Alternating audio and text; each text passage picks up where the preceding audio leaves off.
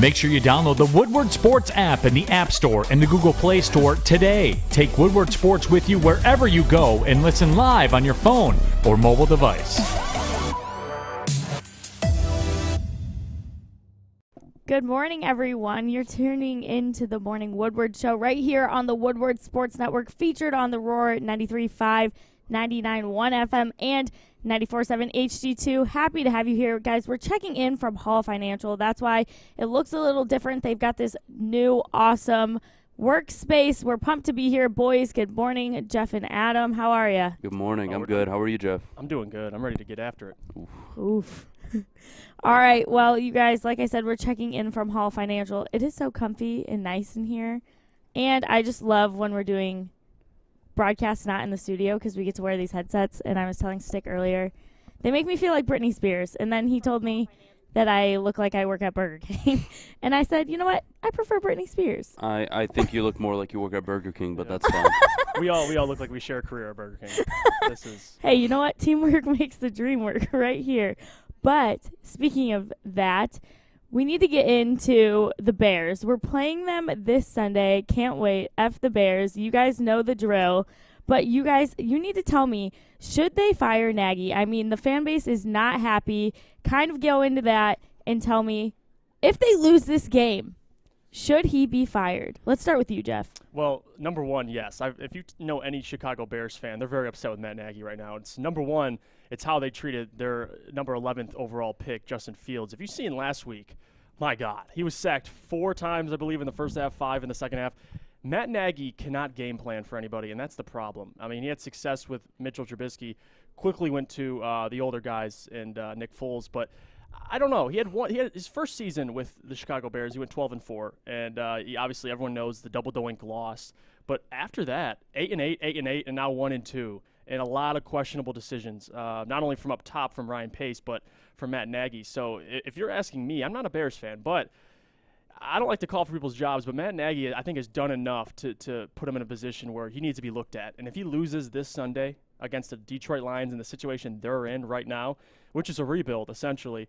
And you got the Bears, who last year started 5-0 and then lost their next 5. So the Bears have a lot of issues. And I don't know if coaching is the only one, but it definitely doesn't help. They hired Matt Nagy from Kansas City as their offensive coordinator, thinking they were getting some sort of young, inspired head coach that could change the organization around. And so far, since that one good season where Khalil Mack had a career year, you haven't seen much. So to answer the question, should he get fired? It depends. It only could take a couple more bad losses. I mean, it could start this week if they lose to the Detroit Lions at Soldier Field. I think that's a fireable offense, if I'm being completely honest, especially how they've treated Justin Fields thus far. He's the future, and he's the only reason why Matt Nagy and Pace possibly have a couple more years, and you're going to throw him out like that and almost get him killed. It's inexcusable. So in my opinion, if he keeps losing, especially to teams like the Detroit Lions who are just trying to compete, you fire him. All right, well, let's look at Matt Nagy prior to Justin Fields, right? He walks into the league, we all remember, 12-4, a horrendous playoff loss. Mm-hmm. How that kick didn't go in, I still don't know to this day, but regardless, they were ranked 4th in total points scored on offense in the NFL. His first year, that fell down to 21st, the second year, 8-8. 29th last season, 8-8, and they're sitting comfortably at 32 right now. When you take a shot on a head coach, a young up-and-coming, a coordinator, a guy you think is, you're like a Zach Taylor right now, like a Matt LaFleur, all these guys, Arthur Smith, everybody's taking chances on these kind of guys. And with Matt Nagy, it really paid off year one. He had the defense, and you know what? He got it done with Mitchell freaking Trubisky. Right. That at least has to go somewhere with Bears fans. I have a bigger issue with their GM, to be honest, than I do with Matt Nagy, although I think he's regressed significantly since, their 4-0 start last year. Mm-hmm. And Stick and I called this last year when the Bears were 4-0 and they made the decision to move on from Mitchell Trubisky. It was in the gutter. We knew it was going to go down in the gutter. I believe they were 5-1, and then they lost 5-6 games in a row. They finished 8-8. It was a disaster season for them. If Matt Nagy loses on Sunday to Dan Campbell and the Detroit Lions, he deserves to get fired on the spot.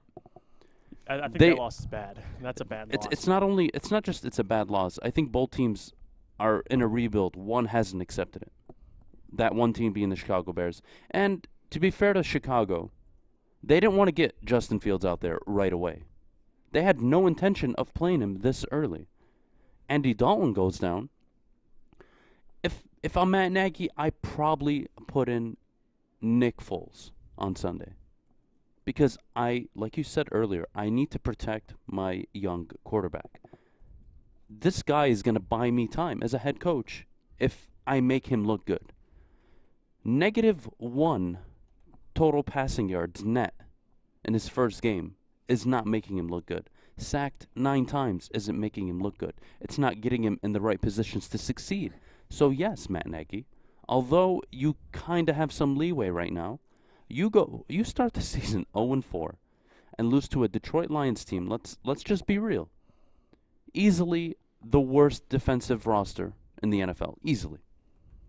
Now, granted, dynamic backfield, very good offensive line, but Chicago's defense isn't a pushover. It's at least respectable. It's not the defense that Matt Nagy walked into 3 years ago, but it's definitely at least okay. It's good. It's average. So if you're Chicago and you walk out there with Justin Fields and he puts on another abysmal performance, you're going to walk away with 2 things. 1, Matt Nagy's not the guy. And 2, you don't want to have to question Justin Fields. He is a rookie quarterback. Go find me the rookie quarterbacks that just flourish this early. They all struggle early on. Probably game 3, game 4. I mean, Justin Fields is still learning the playbook. He wasn't the starter for a reason. You got to protect these kind of guys. These aren't guys that can just walk in. Justin Herbert, that is a prototypical quarterback. That's not a guy that you really need. He played in a pro-style offense. Right. So it's easier for Justin Herbert to come into the league than it is for Justin Fields. Than it is for Zach Wilson. Than it is for all the rookie quarterbacks right now that a combined record of 1-10. Now, that doesn't mean they're not going to be good quarterbacks. But you got to protect your future if you're Chicago. And your future is Justin Fields. You traded up and invested the 11th overall pick in a quarterback. You're committed for the next 2 to 3 years. Now, whether Matt Nagy's your head coach is on you. But if you lose to Detroit, that's a bad loss. It's unacceptable. Yeah, especially right now. Yeah. You're both 0-3. Matt Nagy has proven that he can win football games. But he's regressed year to year. I am the biggest preacher of this. I don't care about the win-loss record when you first get your first head coaching job. Show me improvement. Matt Rule is my favorite example right now. Even Brandon Staley and Los Angeles. I can use him as an example. They walk in, and the team immediately improves. Forget the roster. Some teams have different situations. You don't walk into a roster full of talent. But neither did Matt Rule. Christian McCaffrey missed all of last season. Not Sam Darnold. They didn't have Sam Darnold. Cam Newton was in New England. They had an XFL quarterback playing for him. Like, Teddy Bridgewater was in and out of the lineup. And they still improved statistically across the board as a team a significant amount. And that shows me that you're developing your players and they're buying in and you actually have something substantial. And yes, Carolina hasn't played anybody of note to start the year, but you know what? They're 3-0. Yeah. I don't care that they beat the Jets. I don't care, that they beat the measly New York Giants. Whatever. That's fine. But they've improved. Right. They have a top 1 defense, not 10. 1 across the board. That's improvement. Matt Nagy gave you improvement year 1. He's regressed year 2 and 3. He needs to get fired. If they lose this game, it's unacceptable. You can't keep regressing. If you are showing positives and growth, I can sit here and defend you and keep your job. But don't sit up here and try to convince me that you come into the league with one of the best defenses. You show out on offense. You have a top 5 offense. And you somehow fall all the way to 21 the next year. Are you that easily figured out? Do you not know how to game plan? Andy Reid survived for the longest time. Sean McVay isn't going anywhere. Kyle Shanahan, his father, ran a very similar system, and he kind of, tweaked it and made it translate into the modern game. But still, you know what these guys are. Why are teams able to figure you out much more Matt Nagy. And you got to look at Ryan Pace. I Where's agree the with you. offensive line help? I think both jobs need to be reconsidered if you're Chicago and you start the season 0-4. You can't lose at home to Detroit. It's unacceptable. We can both agree that Detroit are in a better position right now than Chicago. But who cares what we think about Detroit? Chicago fans won't accept a home loss to Detroit for them to start 0-4, especially if Justin Fields starts at quarterback. What's hurt this defense, I think, personally, with Matt Nagy is the first year he went 12-4, his defense led the entire league in scoring. So if your defense is putting up points, Mitchell Trubisky can win games for you. The following years is where I have a problem with. Every single year since then, the defense has regressed. And you could talk about the offense being last in points and yards this year, but that defense helped Matt Nagy tremendously. 12-4 in this first year, Mack, Eddie Jackson, everyone playing out of their absolute minds. And now coming into, year 4, and you're last in the league in pretty much all categories, it's inexcusable. And the showing the Chicago Bears have put on national television, especially last week. Justin Fields, I believe, he had 20 pass attempts, and I think 10 of them he went 5 wide, so the least amount of protection you could possibly have. That's what I have a problem with is I get it, you're game planning for Andy Dalton, and you have Justin Fields that starts. But you've had how many days since the draft? 150 days or whatever since the draft to at least come up with something for Justin Fields. You have Nick Foles and Justin Fields as your quarterbacks behind the scene, outside of Andy Dalton. You can't tell me, since the draft, you haven't put together RPO packages. You haven't put out rollout, play action. You have something there. You got to make it work. I think we're both on the same page. You have to get rid of Matt Nagy if they lose to the Detroit Lions at home. It's unacceptable. It's unacceptable, and that's the same for the GM. Dave Gettleman is on. His job needs to be. His job needs to be called for in New York. And people talk about Joe Judge. I think Joe Judge is doing at least a better job. Yes, they've lost all 3 games. They were in the lead, but going back to last year, it was similar to the Matt Rule first year. What was he, 5-12 last year, 5-11? So I think he's different. Matt Nagy is displayed more bad football on television than a Joe Judge. I agree with you. Gettleman should be looked at. Yeah, sorry, I'm misspeaking right now. Chicago's 1-2. I apologize. They did beat Cincy, but again, to fall, they're going to go back to 0. They're not 0-3. They're going to fall to 1-3. Yep.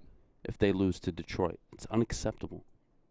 You can't. You need to walk away 2-2 with the remainder of your schedule. Let's all keep in mind the NFC North, every single team is in the top 8 on most difficult schedule this year. Ryan Pace, you traded up for Justin Fields. You guys can't make him look bad. You don't want people questioning Justin Fields one game into his career. Zach Wilson, at least his first game, came out in the second half and threw 2 touchdowns, no turnovers. Same with Trevor Lawrence. Justin Fields needs to go for over 220 yards through the air. He absolutely must not turn the ball over against Detroit. And Allen Robinson, Mooney, you gotta hit big plays against Detroit if you're Matt Nagy and the Chicago Bears. Because if you don't, I don't care if you win close. I'm going to be questioning your future in Chicago because you've done nothing but regressed since your first year. Fair?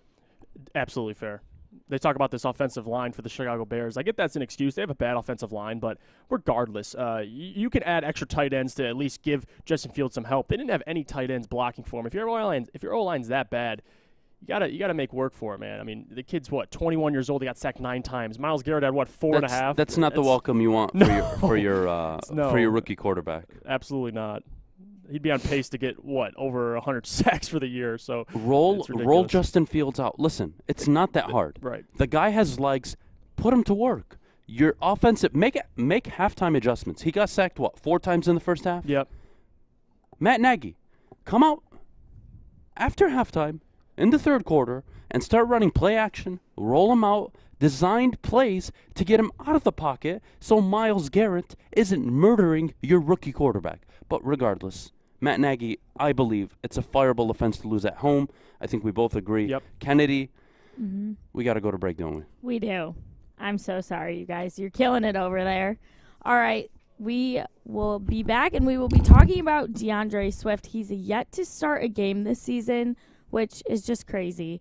So you guys stick around right here. We're coming from Hall Financial, but before we go, we need to hear about our friends over at Northwestern Tech. Listen, if you know you or a friend, anybody you know that's looking to start a job right out of trade school, I have a school right here for you. It's Northwestern Tech. You start a career in an industry that is always essential, always, the heating and cooling industry. You can learn more today by visiting northwesterntech.edu.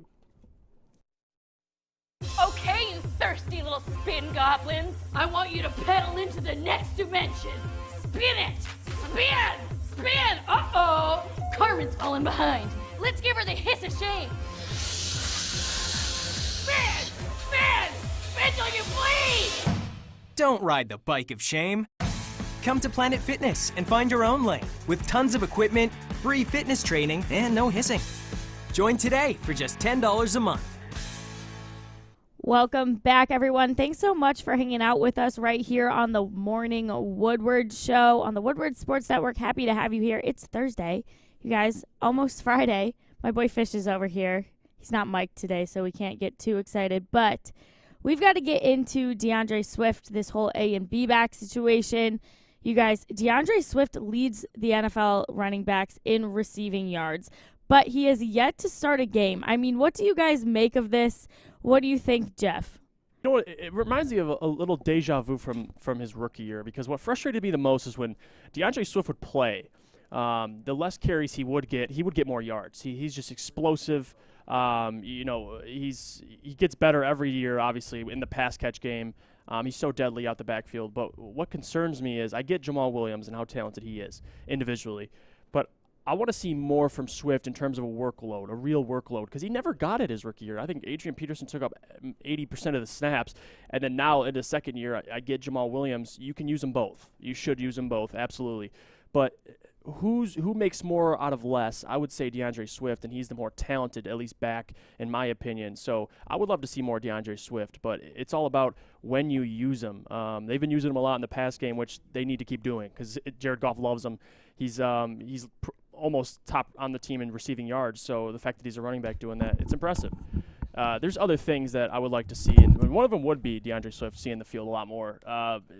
Jamal Williams and him do split carries, but in terms of just, I think last game, even though DeAndre Swift had less carries, he had more yards. So that's just the player he is, man. He gets after it, and he is so talented. I feel like the only way to unlock that talent is to give him the ball. Give him the ball. He's never had a backfield that is pretty much solely himself. He's always shared one. So I don't know. That's my opinion. You keep using him like you are right now in the pass game because it's been working. But what you want to do is I just want to see him get more action earlier, because every time I watch DeAndre Swift on TV, it seems like he gets let's say in about 75% of the carries Jamal does, he's doing more. It's just how he is. I don't know why. He just makes chicken soup out of chicken. But no, I love DeAndre Swift. I would prefer him as the A-back, but at the end of the day, you use them both. So, I mean, the conversation is kind of pointless after that. But Look, they've come out. Who cares who the starter is? Who's getting the touches, right? Game 1, Jamal Williams got a significant amount of touches. We've seen his touches go down game to game, all right? DeAndre Swift is the feature back. Maybe they're not showing him on the first play of the game where he gets the official start, but that doesn't – I'm not sure what game Anthony Lynn and Deuce Staley are playing here, and I don't think it's a game. Maybe they're trying to push and challenge DeAndre Swift. Mm-hmm. But I got to say, whatever they're doing, it's working. It's working. DeAndre Swift is having an even better start to the year than we could have expected. You have to keep in mind Jamal Williams was signed. You expected his production to go down. If anything, not only has his production gone up, he's become more efficient. And he's been such a threat in the pass game. He's been such a viable option for Jared Goff. We understand Jared Goff is really the check down king this year across the NFL. But still, when you have dynamic running backs, you can't not use them. You can't not use them. So whether or not he starts, I don't care. Is he getting out there for 45, 50 snaps? How many plays are we calling for him? I'd like to see more carries. Mm-hmm. I'd like to see the team run the ball more, but ding ding ding, what do you know? Ding. Adam called it. You're going to be playing from behind a majority of the year. And it's very difficult to establish and stick to your run game when you do so. So here you are. You have two dynamic backs. They're both pass-catching backs. They both have the ability to make people miss in the open field. It's a great problem to have. Do I care if DeAndre Swift is the A back or the A1? I don't care. They're using him a significant amount. This guy is producing results. Now, if you want him to be a Dalvin Cook, a Christian McCaffrey, does that matter? It's maybe good for fantasy owners. But why? He's so efficient. You're saving him. You're not putting him on 20, 25 carries and 6, 7, 8 catches a game. Like, this is good. I like the two-headed backfield they have right now. I don't think they need to force DeAndre Swift into a cow back. They don't really need to do anything like this. I like the direction they're going with DeAndre Swift. Should he start? In theory, yes. But I also don't care. It's just, did he play in the game or did he start? He was on the first play of the game, so that means he got the official start. Who cares? Yeah, that doesn't matter. He's the primary back. It's so obvious. Now, do you think they should be – listen, as much as I love Jamal Williams, like there's a time in every situation. Do you think DeAndre Swift should be used more, though, is the question? Because he's being used enough, but I feel like the situations – No, he's being used too much, actually, both of them. Jared Goff is checking down way too often. If you just break down the film from the first 3 games – Goff is very quick right now to check down to his running backs. Now, I could play devil's advocate and say, well, I don't blame him. You have two dynamic backs. They can make people miss in the open field. It's free yards. Got no wideouts. But the wideouts are open. They're not open. If you just go back and watch on most of the checkdowns, Goff is going off his progression, dumping it down to either Jamal Williams, but in most cases, DeAndre Swift. Now, that's not a bad thing when you have DeAndre Swift who can make people miss and get the first down. But as much as I've said how awful this wide receiving core is, they are getting open. And that you don't want to go through 17 games relying on your running backs and the tight end who's probably going to get doubled every week to be your source of offensive production. If a Khalif Raymond, if Amon-Ra St. Brown, when Tyrell Williams comes back, ideally that'll open up the offense. But regardless, this would be much, much easier for not only Jared Goff, but the offense in general. Again, I don't care who the starter is. It doesn't really matter. They're both producing, and DeAndre Swift is producing at a much higher rate right now. Is that an... And that's true. Does he need to be a starter for us to accept, like, oh, wow, DeAndre Swift is having a great season? No. Who cares? Right. Who cares? The guy is coming in and producing for you.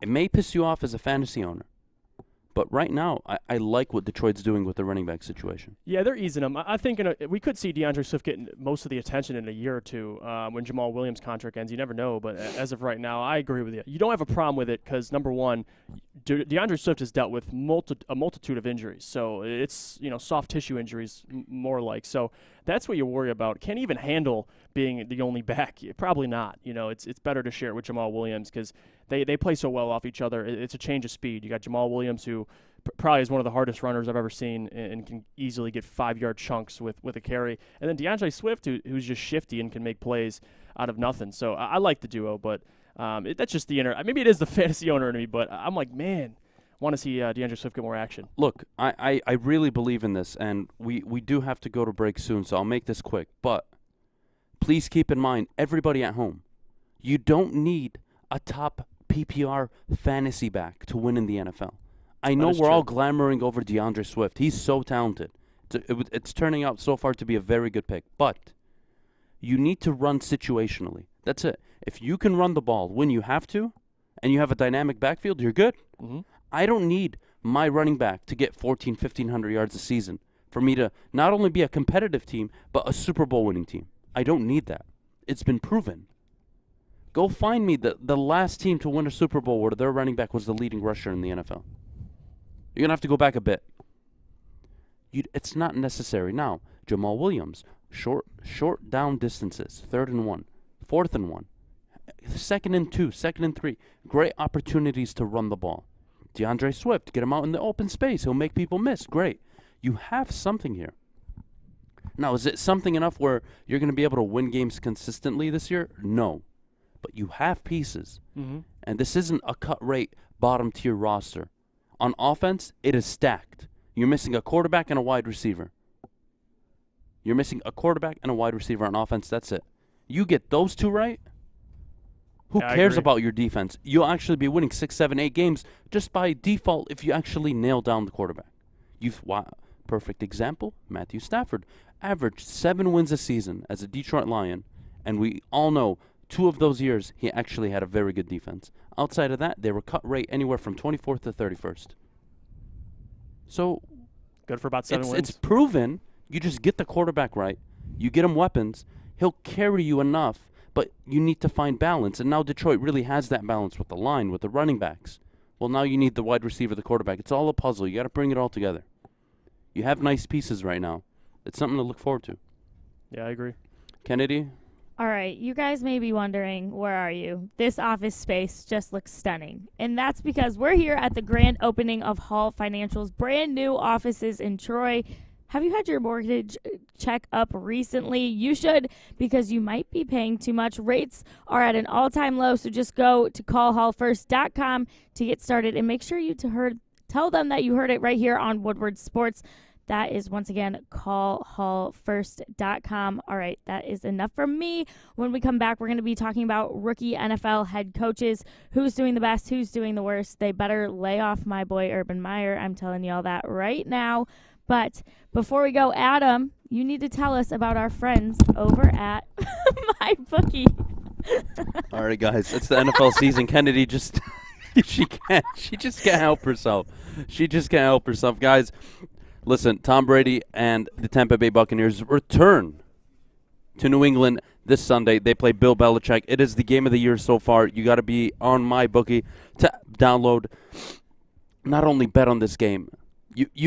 This is the game you have to bet on, Jeff. You have to bet on this game. I'm so excited for it. Don't wait around. Join MyBookie now. Use promo code Woodward and double your first deposit. Again, that's promo code Woodward. You put in $1. They're going to continue to match dollar for dollar, guys. Take advantage of this. It's football season. We all bet on football season. What are you waiting for? And, of course, you can bet anywhere, anytime on MyBookie. And please remember, if you do have a gambling problem, please visit or call the gambling helpline at 1-800-270-7177. I'm looking to bring on another HVAC tech right now. We are recruiting 5 to 10 techs a month. We're looking to grow and expand. Every new tech we hire is from Northwestern Tech. The hands-on training is fantastic. They're always my first call. We love hiring Northwestern Tech grads. They come out trained and ready to work. Our program is only 10 and a half months, and our next classes are starting soon. So why wait? I'm looking to hire Hire a graduate of Northwestern Tech. Northwestern Tech. Northwestern Tech. Northwestern Tech. Welcome back, everybody. You're tuning into the Morning Woodward Show right here on the Woodward Sports Network. Happy Thursday. We are almost to Friday, which means it's almost party time, and I love party time, and so does Adam. He's dancing. We're so excited to be right here at Hall Financial in their new offices in Troy. All right, you guys, we've got to get into these new rookie head coaches of the NFL.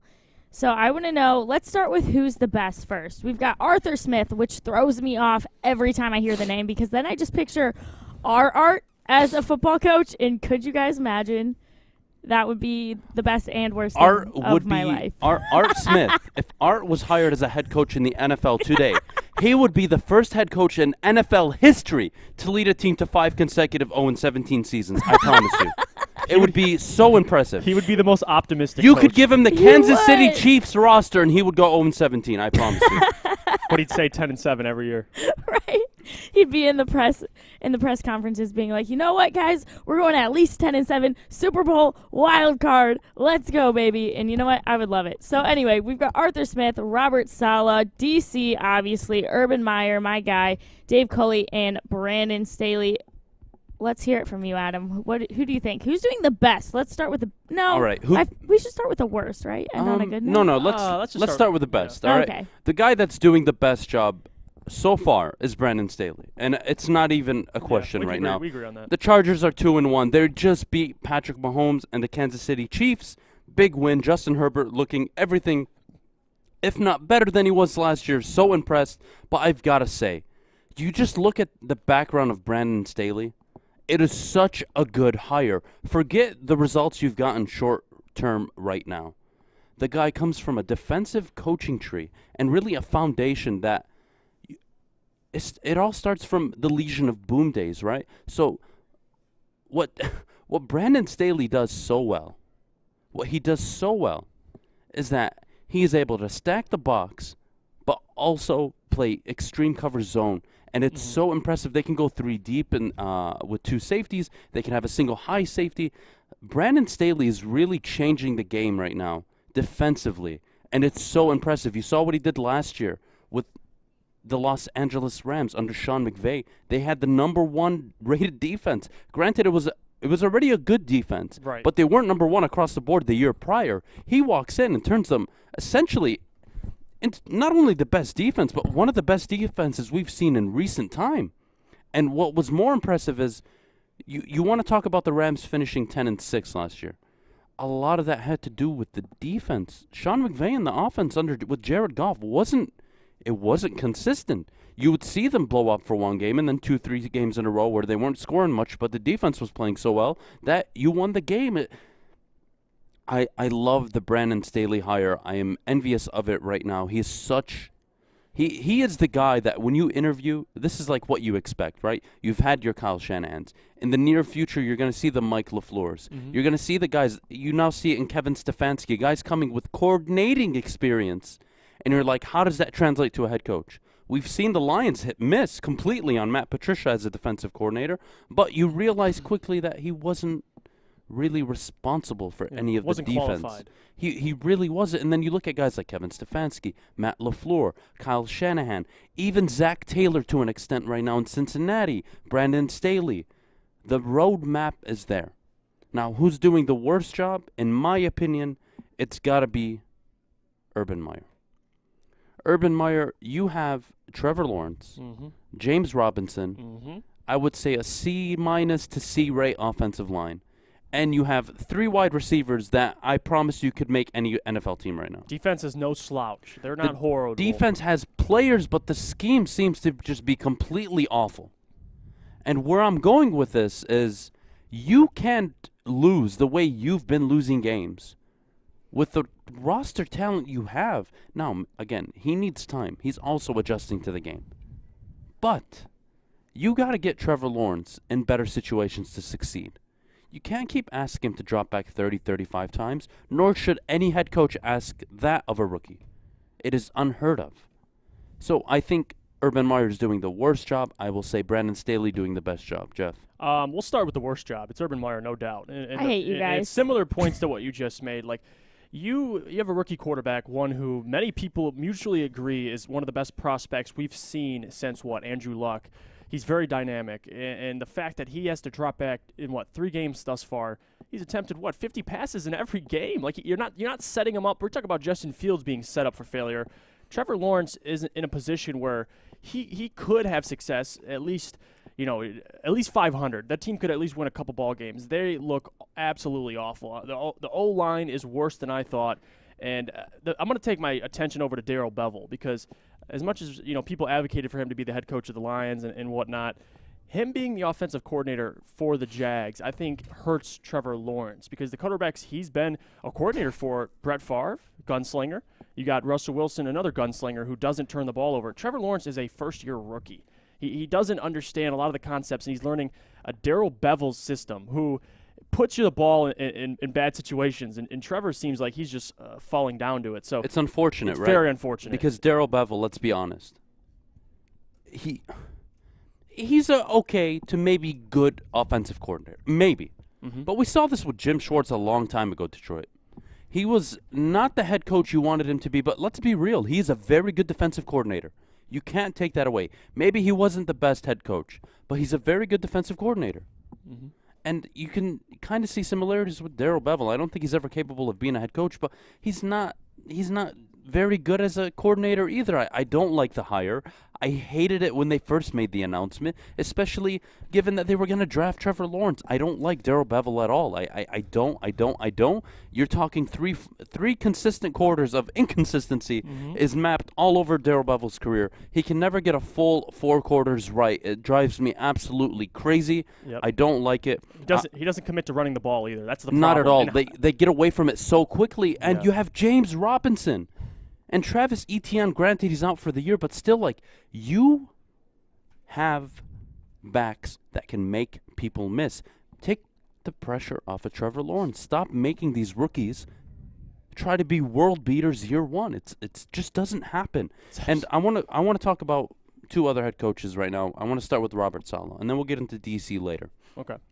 But Robert Saleh, look at Sam Darnold right now. He's flourishing in Carolina. Mm-hmm.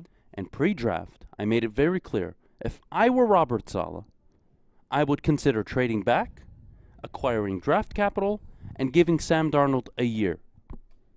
Because it wasn't necessary for me to draft a quarterback number 2 overall. I probably could have made a deal, but they chose to move on. It's their decision. It's their grave that they're going to dig. Whether it works or not, we'll see. But the Jets have improved on defense. Robert Saleh's already added something there. It's not perfect, but may I just remind all of you at home, they lost a game to Bill Belichick and the New England Patriots barely, and Zach Wilson threw 4 interceptions. Yeah. Multiple turnovers, and they were still in the game for most of it. Yeah, defensively. They kept holding them to field goals. Robert Saleh will be okay in New York. Whether or not they can figure it out on offense is going to be the key thing, because I promise you, Sam Darnold was never the issue in New York, and he won't ever be looked at as the issue. You don't have wide receivers. You don't have an offensive line. You don't have a run game. I'm not sure how Zach Wilson is actually supposed to succeed. Like, I want to be able to watch players and, like, actually judge them based on not only their play, but, you know, situation. Like, okay, Mac Jones is in a much better situation. I expect him to be better than most. But, Jeff, what are you supposed to do with Zach Wilson? The guy is being asked to do everything, and of course he's going to turn the ball over every other time. Yeah, situation's everything in the NFL. We know it. If we're gonna, we had this conversation a couple weeks ago. What rookie will succeed, at least from his situation? It's Mac Jones, and that's the unfortunate situation. It's not about who has the most talent. Zach Wilson could be as transcendent as everybody believes. It does not matter, because Sam Darnold couldn't figure it out for the New York Jets. And it's to your point, no offensive line, no run game. You have Corey Davis, but if everyone's doubling him, what is Corey Davis? I mean, you don't Corey Davis is a nice flex option. That's what he is. Very nice. He's not going to win you games in the NFL, not because he's not a good wide receiver, guys. Jeff just made it very clear. You don't have a run game. Mm-hmm. You don't have an offensive line. What do you expect from New York? I actually expected them to be very bad this year. How can Robert Saleh or any head coach walk into that situation to fix it? He's already improved the defense. They look more coherent. Mm-hmm. He's actually improved the defense. But you look at the offense, it's a disaster. You can't fix that with just drafting Zach Wilson. I could make the same argument for Dan Campbell. Yep. You walk in, the offense is good. It has pieces. Yeah, Dan's in almost, you can argue, a better situation in terms of pieces much already better, on the team. Much better. But on defense, super void of talent. Yeah. And that's a problem. At least on defense, your defense can keep you in the games. The Lions have shown they can get blitzed for 17, 21, 24 points in a half and not score a single point. Mm-hmm. They've shown it. That's not ideal when you actually get to the point where you want to win football games. Neither team right now is in a competing stage. But I look at Robert Saleh, I look at Dan Campbell. Dan Campbell has improved the culture. He's really turned the organization around from a vibrant standpoint. He's really changed the energy going around. That's great. Robert Saleh's walked in. He has a lot to do on offense. The defense he will figure out. I have no doubts. And he's bringing rookies with him in terms of coordinators. It's a ton of rookies. It's a ton. But I like the job both are doing so far. They've both done the job they've been asked to do so far. Agreed. What I don't like about Robert Saleh in New York right now is their inability to run the football and put Zach Wilson in a position where he can actually succeed. This is really difficult. It's a really difficult spot for all these rookie head coaches. Brandon Staley's the clear one. Are we missing anybody? Arthur Smith with the Falcons it doesn't look good right now. You know, again, every single offseason, you hear this is the guy. This is the coordinator, the genius, 1, 2, 3. And of the 5, 6, 7 that are hired, it's typically 2, 3, or 4 of them that work out. Arthur Smith right now is looking on the side that probably might not work out. Yeah. You have a veteran quarterback, veteran wide receiving core, a young, very good prospect at tight end, and you can't score points? Like, I would have been okay with Arthur Smith if they lost every single game. but their offense was putting up numbers. And it's like, oh, well, he got the offense figured out, but he's got to figure out the defense now. Now he needs a year or two to, get the appropriate talent. But, they're 1-2 right now. Mm-hmm. They don't look very dynamic on offense, and maybe they need time. But still, it's early on. You're like, well, at least I can point to Robert Saleh and say, wow, the defense is better. I can point to Brandon Staley and say, wow, he's already made Los Angeles a top 10 defense, which they probably should have been last year, but granted, Darwin James was out for the season. But still, I'm already seeing improvement everywhere. It's not crazy for me to ask improvement from the other coaches as well. Robert Saleh, Arthur Smith, it's Dan Campbell. You can ask just for the little things. And we can close it with this. I think over time we'll see who really is the most impactful rookie head coach. And I will say this, Dan Campbell was an interim head coach. So now he's not technically a rookie, but at least in terms of year one, we can mutually agree that Brandon Staley's in the best situation and he's doing the best with it. So 100%. We'll see. Over time, we'll see. I think Dan Campbell's in a good situation, man. Look at the offense. You have an offensive line that is going to be a problem in the NFL if healthy for the next 6 to 8 years. You have a running back situation that is good for the next 3 to 4. You have a tight end, ideally, for the next 8 to 10. Mm-hmm. You have pieces. I think they're a couple pieces away, less than probably what most people think. No, on offense, it's only 2. Yeah. On defense, you're looking at 7, 8 pieces. It's a lot. Well, They really gotta hit their draft picks next year. Mm-hmm. They really need to do well in free agency, and they need to avoid nagging injuries. Iffy injured, Jeff Okudah injured. I need to figure out if these guys can play football. But regardless, we got to go to break. Kennedy, get us out of here. I was just going to say before you're talking about who's in a great situation here. Well, talk about someone that's in a horrible situation, David Culley with the Texans. Poor guy waits till he's almost 70 to be a head coach for the first time. And then Deshaun Watson's out. Now they've got to do something with Davis Mills. I don't even want to acknowledge. The poor guy is not getting a fair shake in the league. No, you know what? They gave him a fair shot in the league. You know why? Because he wasn't going to get a job unless it was in Houston.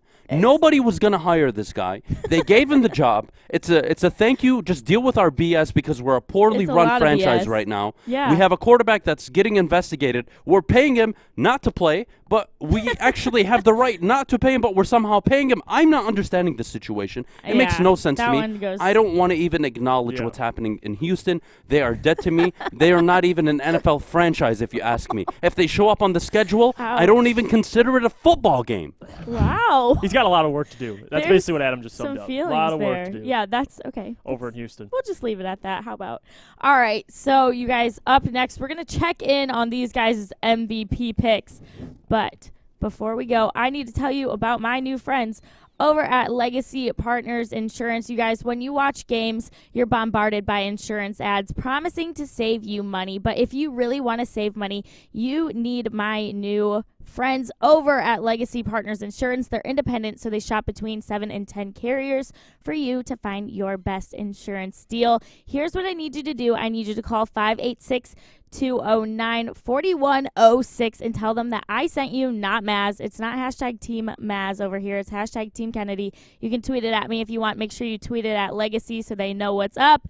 Just for you guys calling and asking for a quote, you'll be put in a drawing for a $50 gift card. You guys, no charge to you. You will automatically be put in a drawing for a $50 gift card. So call or go to legacypartnersins.com/Woodward today. All right, we'll see you after the break. Opa! Introducing Papa Romano's new Greek pizza, a tasty blend of bold Greek flavors and Mediterranean toppings, including feta cheese and Greek dressing. Get a large Greek pizza for a limited time for $16.99. Order now at paparomanos.com. Make sure you download the Woodward Sports app in the App Store and the Google Play Store today. Take Woodward Sports with you wherever you go and listen live on your phone or mobile device.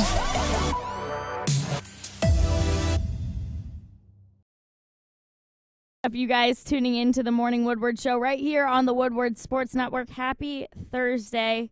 All right, like I said, we've got to check in on these guys' MVPs for the season. So we did this in the preseason. Both of these guys said Josh Allen, but rumor has it Adam has changed his mind. But let's go to Jeff first. Let's check in on your boy Josh Allen. What do you think? Is he still in that MVP running? Well, of course he is. I mean, the Bills, they started off game one not very good, obviously. We saw how they played versus the Steelers, I believe. But since then, they've been on an absolute tear. They held the Dolphins to 0 points. won by 35. Josh Allen played extremely well. But so far, I'm a little worried thus far. It's going to have to take more of a case to give Josh Allen the MVP, considering he's middle of the pack in QBR rating and in his touchdowns. He's tied for, top 5. He's had a good season. I think Matthew Stafford's blowing out all the good stat categories. I think Stafford has the most passes for 40-plus yards. He's pretty much leading the league in touchdowns. Less interceptions. So Matthew Stafford is the one I'm worried about. He's in a good situation, at least with the defense. That defense is going to do a lot for him, and I think that's the only thing I would argue that could take credit away from Stafford is if you have the number 1 defense this year, how do you give an MVP to Matthew Stafford? If Josh Allen has similar statistics and record-wise and his defense is, let's say, top 10, that's where I would favor a Josh Allen. But as of right now, Adam, I can't sit up here and say he's leading Josh Allen. He isn't. But I still got faith that they'll turn it around. We both picked Josh Allen preseason, but right now, who is the MVP of the NFL? Stafford. That's your pick. I think, yeah. I mean, okay. I don't know who else. He's playing the best football in terms of. Okay, you're wrong. Who else is? You're wrong. All right, I'm going to tell you why you're wrong. But let me go back to Josh Allen. Okay. Josh Allen should have been MVP last season over Aaron Rodgers. Aaron Rodgers, the year prior, 13-3, very similar numbers, just less touchdowns. They go 13-3 again. No improvement as a team. They stayed great. He threw more touchdowns and fewer more interceptions. I don't care about the storyline. The better storyline was Josh Allen leading the Buffalo Bills to a 13-3 record, accounting for almost 40 touchdowns, and taking a franchise that has been so inconsistent for so long and taking them over the hump. That should have been the MVP last year, but I'm going to squash that beef right now. The MVP of the NFL this year is Cooper Kupp. Cooper Kupp is the MVP of the NFL right now. You take Cooper Kupp off the Los Angeles Rams. Are you serious? I'm being dead serious. Cooper Kupp right now is the NFL MVP, and it's not even a conversation. He has been the most impactful, dynamic player in the NFL. He's been dynamic. He has been unguardable. This guy, you take Cooper Kupp out of that lineup. Matthew Stafford, Robert Woods, this whole entire offense doesn't function without Cooper Kupp. Did you see the pass to Deshaun Jackson? It was a pretty pass. That's great. Deshaun Jackson's responsibility is to run go routes every 2 plays. And if he's open, he gets the ball. If he's not open, he doesn't get it. Cooper Kupp is your third down chain mover. He's your deep threat. He does everything for you. He can run your dig routes, your out routes, your comeback routes. Cooper Kupp makes people miss in the open field. He leads the league in yards after catch. He makes people miss. This guy is playing at an MVP level. Everybody can look at the quarterback, but I'm not joking now. Cooper Kupp is the MVP. Matthew Stafford is. I'm not saying it's a horrible choice, and it's a quarterback-driven league. So if we had to give the award, I promise you Matthew Stafford probably wins it. But the guy I think is actually the most valuable player in the NFL right now, I believe it's Cooper Kupp. And this is why you got to look. You got to look in the mirror a little bit. All right, Cooper Kupp is probably the best wide receiver in football. He's playing like it, but who's throwing him the ball and who's having a great season? It's like you said, it's a quarterback league. If Matthew Stafford's delivering the ball and he's playing extremely well, he's 9 touchdowns, 1 interception. He's leading the league in 40-plus yards, like I said earlier. But if he plays that well and the Rams are, let's say, 13-4 or even 14-3, whatever the case may be, you ain't going to give Matthew Stafford the MVP. That's tough. That's very tough. Especially if Robert Woods is close to 1,000 yards. Matthew Stafford, if the voting happened today, Matthew Stafford probably wins the MVP. It's a quarterback-driven league. That's not my point. I know how this league works. My point is there's a guy who is extremely valuable that nobody is going to be talking about. Why? Because Matthew Stafford is the quarterback. Sean McVay is the head coach. There's so much limelight and there's so much beauty and Hollywood. All this stuff is great from Matthew Stafford. He will win the MVP if they continue like this. But I'm just saying. And you're not wrong about Cooper Kupp. I'm not saying you're wrong. Cooper Kupp really, he just deserves that recognition. That's why I'm going to call him an MVP. Because you take him out of that lineup, that offense changes drastically. They change drastically. And again, that happens with, you take out Devontae Adams, of course the Packers aren't going to be better. It's not where I'm getting at, but Cooper Kupp missed all of last season. Look how unstoppable the Rams offense looks with Cooper Kupp in the lineup. Part of me wants to sit up here and agree and say, yeah, Stafford is. And you know what? 9 times out of 10, I'm going to agree with you. But we're 3 weeks in. Probably by week 10, it'll be a clear race between Josh Allen and Matthew Stafford. But I got to give Cooper Kupp, while I can talk about him right now, I need to give Cooper Kupp all the props because he deserves it, man. He deserves it. There's no wide receiver playing at Cooper Kupp's level right now in the NFL. My problem is if you look at Offensive Player of the Year, I could see maybe a Cooper Kupp or a Matthew Stafford, but in terms of like Matthew Stafford, Core just dropped this in the chat. He dropped a dime in the chat real quick. He said Matthew Stafford won NFC Player of the Week twice this month. He hasn't done that since 2009, and there's just too much hype around Matthew Stafford. He's winning. I agree. Again, the narrative: Matthew Stafford will win the MVP if he plays like this. But you're going out on a limb, and you're saying who should? I'm not even. I really want to give this guy credit. I really do.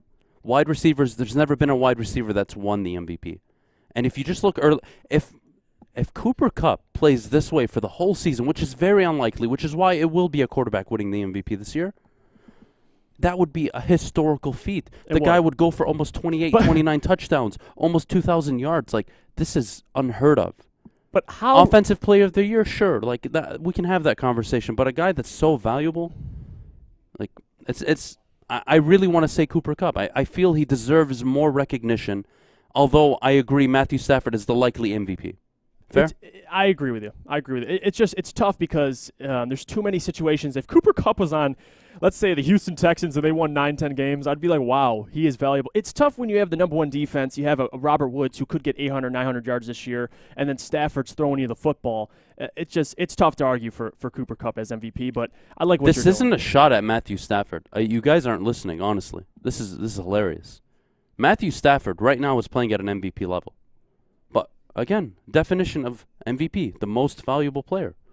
Like, I just want us to take my time right now to give Cooper Kupp the love and recognition he deserves because he's playing at a level no wide receiver in the NFL is playing at right now. That's true. And I think that needs to be recognized. Now, if you ask me if I was voting today, who is the MVP? Well, I'm going to give my first place vote to Matthew Stafford, my second place vote to Cooper Kupp, my third place vote to Josh Allen. Mm-hmm. That's it. That's it. That's the reality because it is a quarterback-driven league. And it'll be very unlikely that a quarterback that has a MVP-type wide receiver, Randy Moss broke all the NFL records. Right. And he still didn't win anything. Tom Brady won the MVP, the 50 touchdowns. It's a quarterback-driven league. But my goodness, Cooper Kupp looks unstoppable. It's amazing to watch. Maybe it's Offensive Player of the Year for me, Player of the Year. But I want to give this guy the love and recognition he deserves because he's playing at a level that nobody else is playing at. Nobody. And Matthew Stafford is playing at a level he's never played at. You look at his 12 years in Detroit. Only 5 times was he able to throw for over 320 yards, 3 or more touchdowns, and 0 interceptions. In 3 games in Los Angeles, he's already done it twice. How ironic would it be, though, if Matthew Stafford goes to the LA Rams and he plays with a wide receiver who wins MVP? Like, there's never it would be a storyline if Matthew Stafford goes to the Los Angeles Rams, wins MVP, wins his first playoff game, and possibly a Super Bowl. It would be hilarious, I think, to just look back and see what we had in Detroit, a guy like that who has accomplished so much. So I got Matthew Stafford as MVP, but I get what you're saying. He is the best wide receiver in football. Easy.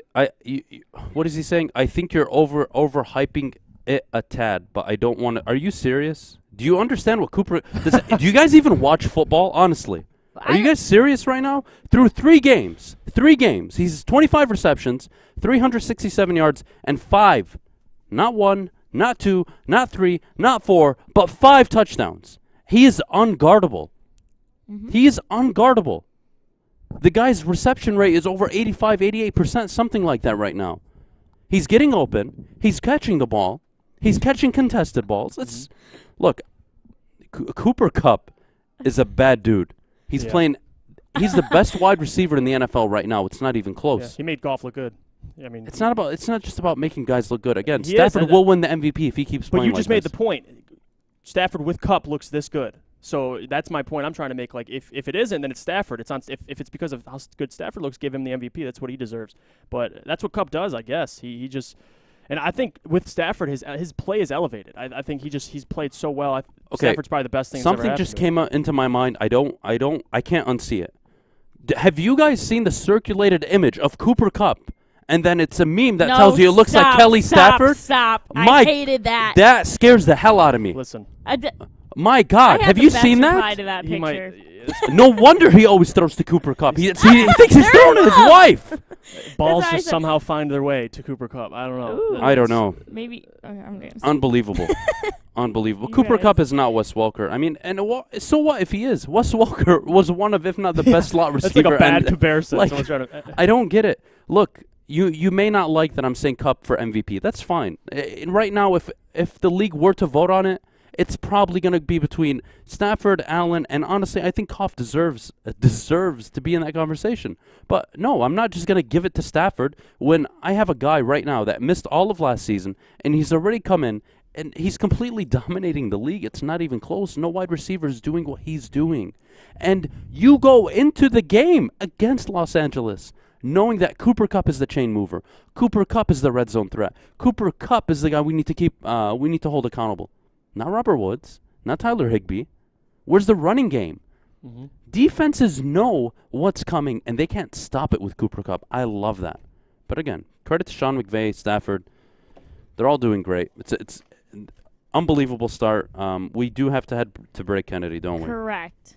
But just to irritate you, because we are playing each other in fantasy this week, Marvin Jones, my wide receiver 1. 10 catches off play action through week 3, the most in the NFL. All I'm saying, best wide receiver in the league. Anyway, I hate you, Kennedy. I know. It's fine. All right, coming up next, we're going to talk about the team that my man is on, the Jags. All right, they play the Bengals tonight. We're going to get into Thursday Night Football when you come back. But before we go, Jeffrey, we need to hear about our friends over at Papa Romano's. Well, listen, you see the Italian hoodie I'm wearing right now, and it's Thursday night. So you know what that means, football. So you know what you need to do is go to Papa Romano's and get yourself a handcraft pizza that have made them a Detroit favorite for over 50 years. They got house-made dough, hand-cut veggies, and fresh cheese that really make the difference with these pizzas. The same quality goes on to everything they have, pizzas, salads, subs, and pitas. You can order right now at paparomanos.com. Okay, you thirsty little spin goblins. I want you to pedal into the next dimension.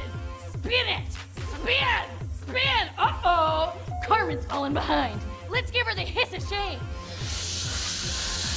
Spin! Spin! Spin till you bleed! Don't ride the bike of shame. Come to Planet Fitness and find your own lane with tons of equipment, free fitness training, and no hissing. Join today for just $10 a month. What is up, you guys? Welcome back to the Woodward Sports Network. You're tuning in to the Morning Woodward Show. Happy to have you here. It's Thursday, which means we've got Thursday Night Football tonight. The Jags are taking on the Bengals. You guys, preview this game for me. What are you expecting? I'm obviously expecting Marvin Jones to put up some absolute numbers here. But you guys, what do you think going into this game? Adam? I expect Cincinnati to blow out Jacksonville. I hate you. I think Zach Taylor and company, Joe Burrow. Jacksonville doesn't have the secondary to account for Tyler Boyd, T. Higgins, and Jamar Chase. And, you know, we all talked about it early on in the season. Was it right for Cincinnati, after almost getting Joe Burrow killed last year, not to draft a Penei Sewell to protect him? Well, they went with Jamar Chase, and through 3 games, he has 4 touchdown catches. Now, he may not be getting the heavy volume in receptions and yards, but you know what? He is effective. He's a deep threat down the field, and that really makes the offense more dynamic. I like Cincinnati tonight. I expect them to win comfortably, and we'll go from there. Joe Burrow, if you just want to go through the list, who has the better passing game? Cincinnati. Who has the better run game? Cincinnati. Who's got the better offensive line? They're both not great, but I'd probably give the edge to Cincinnati. Maybe. Yeah. Defense, it's not even a question. Cincinnati. Special teams, who cares? Honestly. I really think tonight's going to be a bad look for Urban Meyer. Look, I think he's going to not work in the NFL? It's easy to say he won't, and I could easily sit up here and pound my chest and say he's not going to work in the NFL, but I'm going to give him time the same way I'm going to give Robert Saleh, Arthur Smith, Dan Campbell. All these rookie head coaches need 2 years, in my opinion. I can figure out if a head coach is going to work in 2 years. Now, there's special cases and examples, like, let's say, a Matt Patricia, where you lose to a rookie quarterback on Monday Night Football, and you get blown out at home. Well, that was pretty obvious. It wasn't going to work. And at year 3, under Matt Patricia, you blow a fourth-quarter lead to Chicago. It's consistently, I've seen the same issues. Now, with the rookie head coaches, I want to see growth, team development, player development. I want to see if you're 28th in points scored and points allowed, I'd like you to improve to 20th or 22nd. Show me improvement. And if I see improvement, I can kind of disregard the win-loss record for the first year or two. And once the roster starts to develop, then I can hold you accountable. But I'm not really sure what to say about Urban Meyer other than it kind of doesn't have the best track record of working in the NFL. So the odds are stacked against him. Yeah, it's an odd Thursday night game. Obviously, I'm not sold at all on the Jaguars. We just talked earlier about what I think of Darrell Bevell and Urban Meyer, but more importantly, I don't even know if I'm sold on Zach Taylor. They're 2-1 right now, and as much as I love Joe Burrow and the Jamar Chase connection, there's a lot of holes on the Bengals team they got to figure out. But if you're asking me who's going to win tonight, to your point, I loved your point, actually. It's who has the better pass game, who's got the better run game. It favors the Bengals for pretty much every single factor. You can argue the Jags have a better special teams because of Agnew, but it doesn't matter. I feel like Trevor Lawrence is going to come out this tonight in this game, and hopefully he doesn't attempt over 30 passes. The guy's had 51 attempts his first game, and 30 back-to-back since then. If he can just get the run game going and give Trevor some room to breathe, maybe this game could be competitive. Obviously, versus the Cardinals it was until Trevor threw him out of it and threw some interceptions that ultimately turned the game over in the Cardinals' favor. But I believe this game it's at Cincinnati. So yeah. If you had to ask me straight up, I think they're going to end up 0-4, and Urban Meyer is going to have to take a big look in the mirror, man. No, see, again, they haven't shown anything. Haven't showed a single thing. Yes, so to that point, yes, he needs to look in the mirror. You really need to see improvement. Something. I need something at least, just so I can hang my hat on, because I know you're going to be bad the whole year. Yep. So I don't want to judge you just based on wins and losses. I have that same motto about Dan Campbell. I know you're going to be bad, but show me improvement. You know why I can defend Dan Campbell heading into Week 4? Because Week 1, they looked awful. Week 2, second half, awful. The third game against Baltimore, first half, awful. But you know what? The second half, they actually made adjustments. They came out, and they outplayed Baltimore. And they should have won that game. That's improvement. Where's the improvement from Urban Meyer? Nothing. And you're going against a 2-1 Bengals team. And I'm telling you right now, Zach Taylor, as a head coach, you can't lose this game. No. Now, nobody will be calling for your job. You're a young offensive mind, but you can't lose a home game on a short week with a more experienced quarterback. Granted, it isn't much, but it's a more experienced quarterback. You're a more experienced head coach in the NFL than Urban Meyer. You've had a year under your belt. You can't afford to lose this game and fall to 2-2 in that division. No. Any playoff hopes that the Cincinnati Bengals have go away tonight with a loss. They need to be 3-1 because they have to play the Browns twice. They have to play the Steelers twice. They just beat them, but still, they have to play the Ravens twice. Those are tough games. And you're going to need to take the wins when you get them. They've played good football on offense. Joe Burrow looks good so far. I don't like the early turnovers, but that was in the second game. In Game 3, he looked really good. So we'll have to wait and see. But I think if you're Jacksonville, the best opportunity you have to win this football game is the game finishes on the under. The game needs to be under on the points. It needs to be close. The clock needs to be running at all times. It needs to be an ugly football game for Jacksonville to have any opportunity. And again, you can't afford to go down 10-0 in the first quarter if you're Jacksonville. You can't afford for Joe Burrow and company to get the ball on their first drive and go down and score. You need to be able to run the ball with James Robinson, which they showed they could do at the end of the game against Arizona. But got to commit to it. You got to commit early on. You got to put your quarterback in a position to succeed, set up the play action. He's a rookie quarterback. You really think he's supposed to drop back 30, 35 times? It's unacceptable. It's ridiculous. It's unacceptable. And you see this stat. I think it's rookie quarterbacks that have attempted 35 or 40-plus passes. They haven't won a game yet. So it's very unlikely. You saw Mac Jones last week, I believe. He had 51 pass attempts. He had 3 interceptions. You can't ask rookies to do what they're being asked to do. And I think that's a sign of a rookie head coach, Urban Meyer, or Darrell Bevell. I'm actually disappointed because the guy's been in the league a long time, and you can't figure out that your rookie quarterback shouldn't throw the ball a total of almost 100 times in 3 games. Imagine drafting Thibodeau this year, right? You just drafted the best defensive prospect. Let's say that it's the Broncos, right? I'm just going to use the Broncos as an example. You have a Patrick Surtain. You have Von Miller on the edge. You draft Thibodeau. You have all these great defensive pieces, and you hire Matt Patricia as your defensive coordinator. That's the vibe I'm getting in Jacksonville. You had the number 1 overall pick to draft Trevor Lawrence. You had Laviska 2 Shenault. first-round picks, yep. You had DJ Chark. You signed Marvin Jones. And you go out and hire Bevel as your OC. How'd that work out in Detroit? And again, he needed an experienced OC. Yes. I understand it.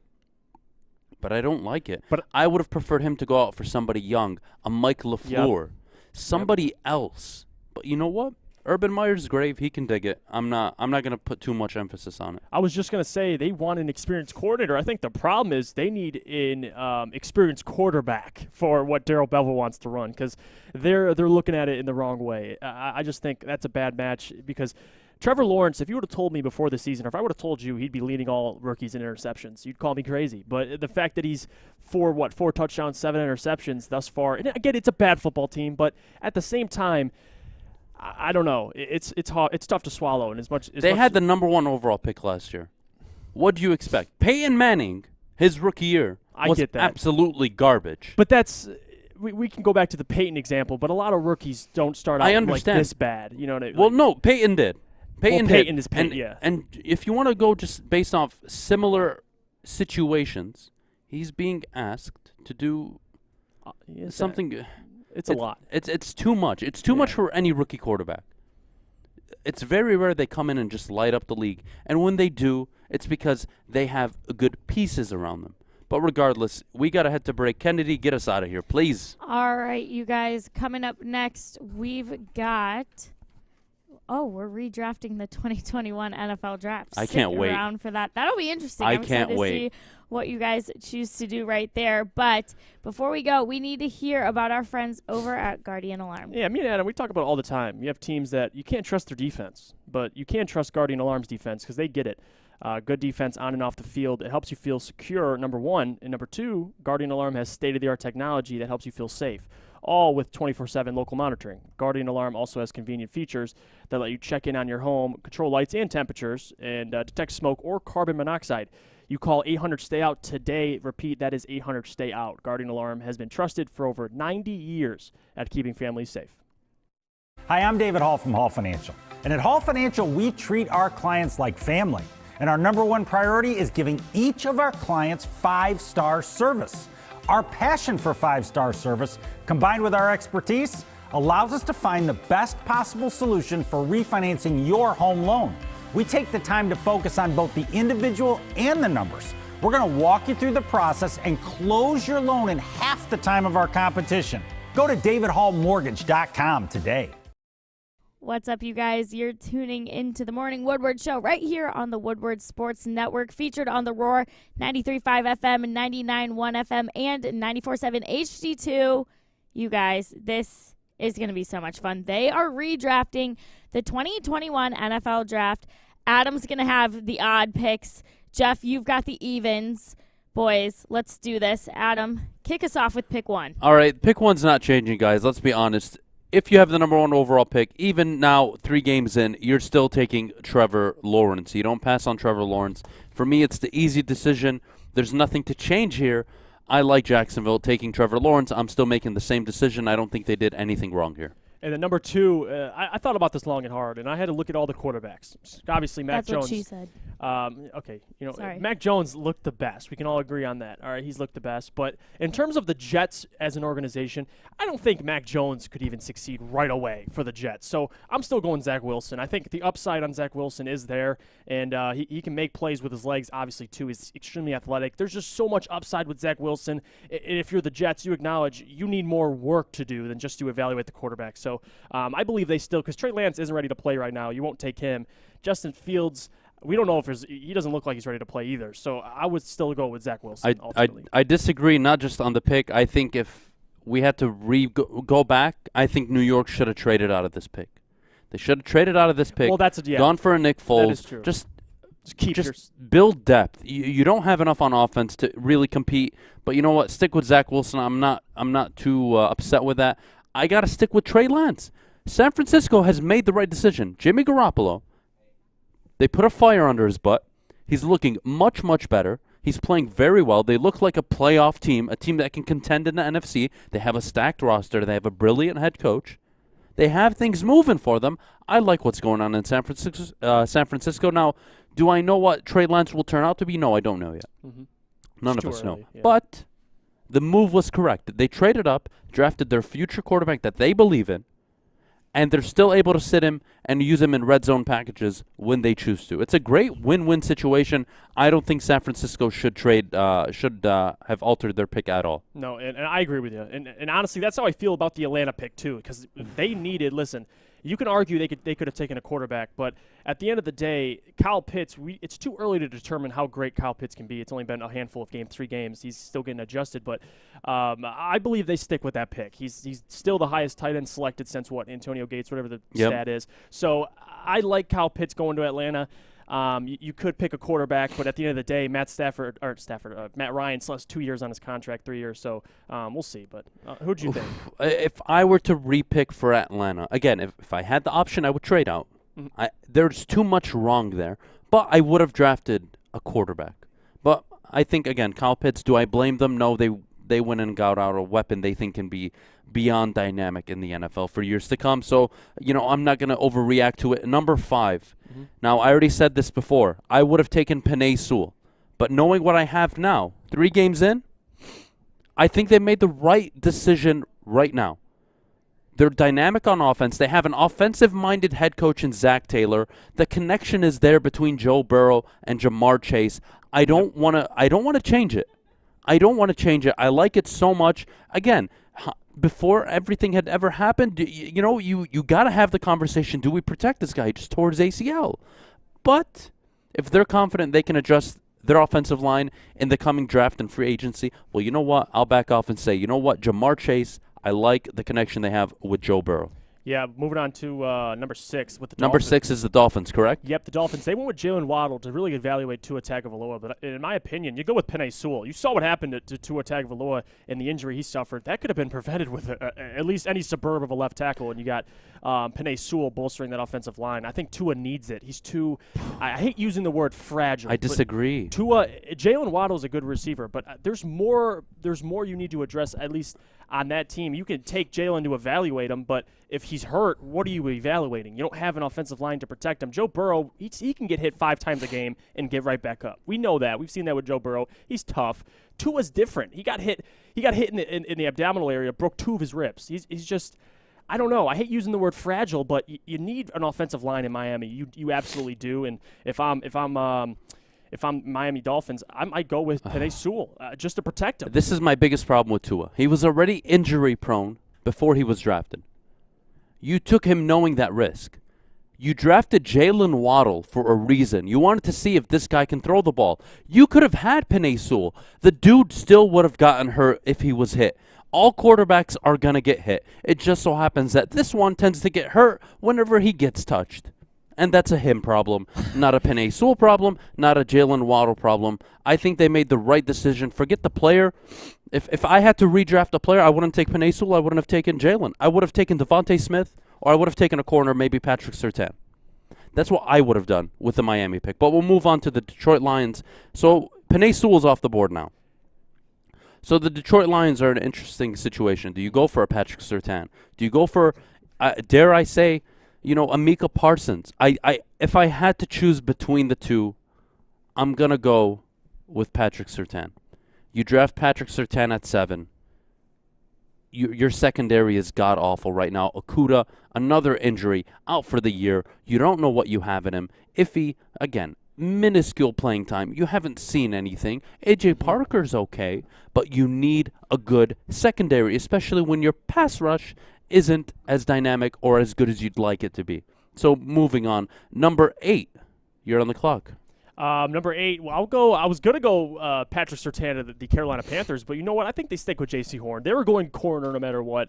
So I think they grab J.C. So Horn. Denver grabs J.C. instead of Patrick because the Lions took him. Yes, okay. That's essentially what, other than that. But you can go on with yours for number 9. All right, number 9. This is interesting. So I like I got something interesting, too. You can tell. You say what you got. All right, number 9 is Carolina? No, number 9 Denver. is Denver. Excuse me. So with Denver, I saw your notes. I totally disagree here. If I'm Denver and Patrick Surtain's off the board, J.C. Horn's off the board, I'm going for Micah Parsons. I'm not doing what you're doing. I have a playoff roster. I signed Teddy Bridgewater. I have no need for a quarterback. I feel I can win football games with this guy. They're 3-0 right now. Granted, the Patrick Surtain pick is looking really good in Denver, but if they were to redraft and these two were off the board, I got to go with Micah Parsons. Listen, and let me tell you why I disagree with you. Because you just made a point. They have a playoff roster. I would argue playoff defense with a bunch of weird wide receivers. And now you have a chance to add a Mac Jones into that conversation.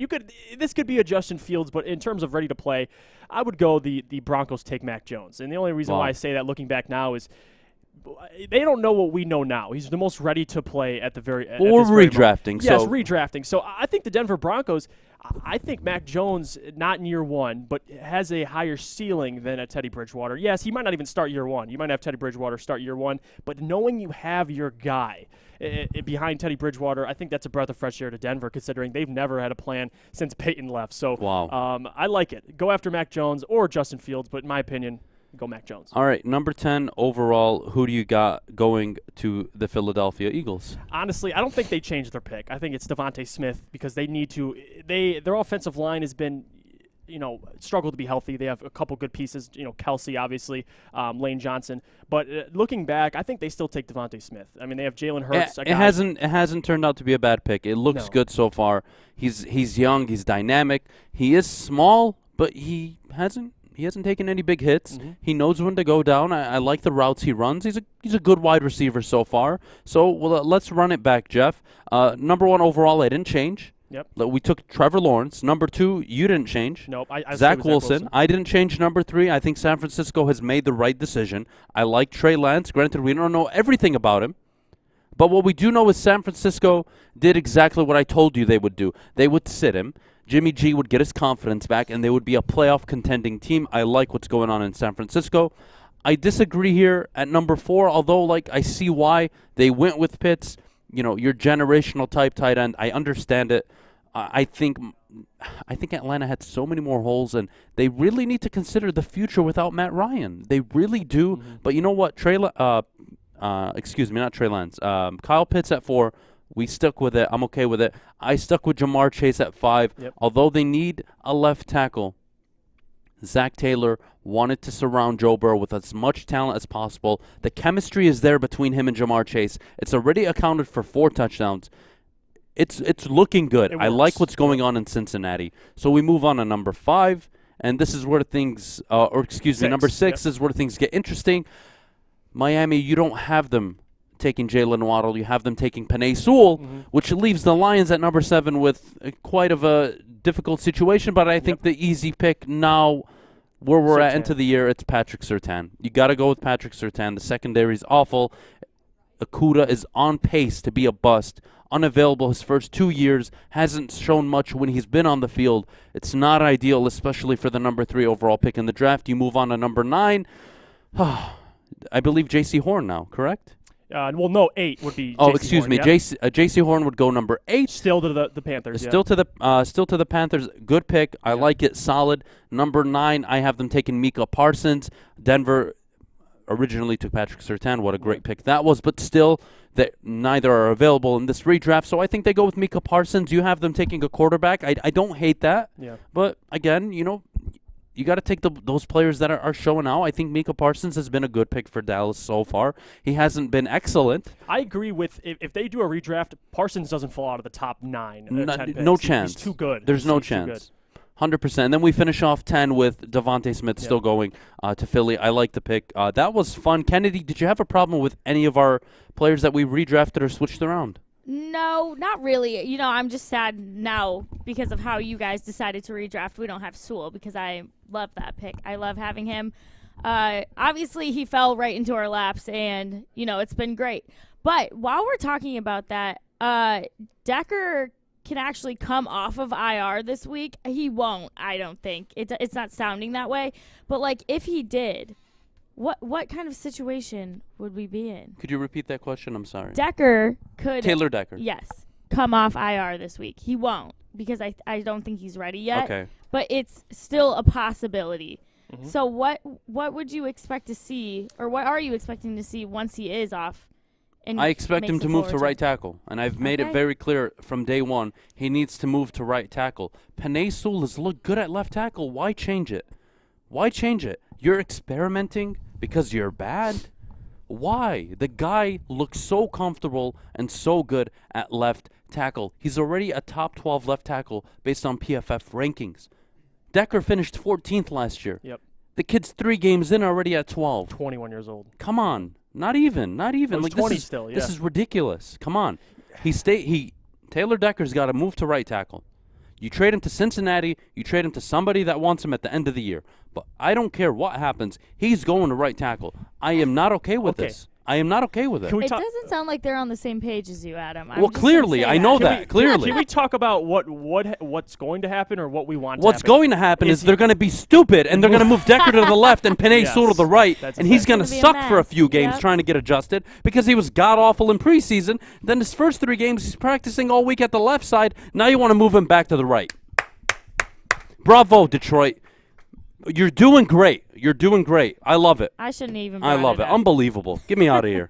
Okay, get it away from me. All Get right. him away from me. Get these bad decision makers away from me. Unbelievable. All right, you guys. When we come back, we're going to be talking about the 0-3 NFL teams a lot, and we're going to rank them. A lot of people have the Lions as the best 0-3 team. What an accomplishment. I'm not. You know what, Adam? Positivity is hard to come by. All right, while I'm on the topic of the Lions, I got to tell you about where you can watch the game this Sunday. Come join Woodward Sports DraftKings, Jose Cuervo, and Riff for the Lions pregame show out at O'Toole's in Royal Oak from 11 a.m. to 1 p.m. It's so much fun. We're going to watch the Bears game together, so come out and win some great Woodward Sports prizes and more.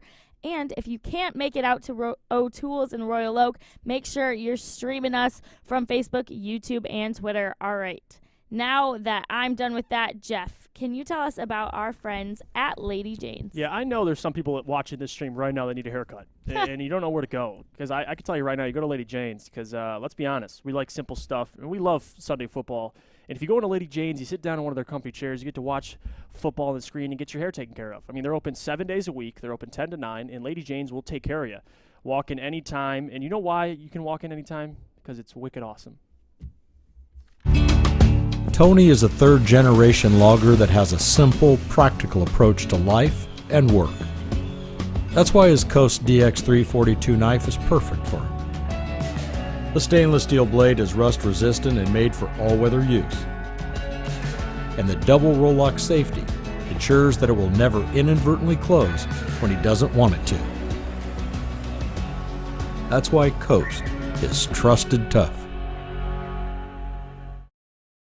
Welcome back, everybody. You're tuning into the Morning Woodward Show right here on the Woodward Sports Network. Happy to have you here. It is Thursday. It's gorgeous outside.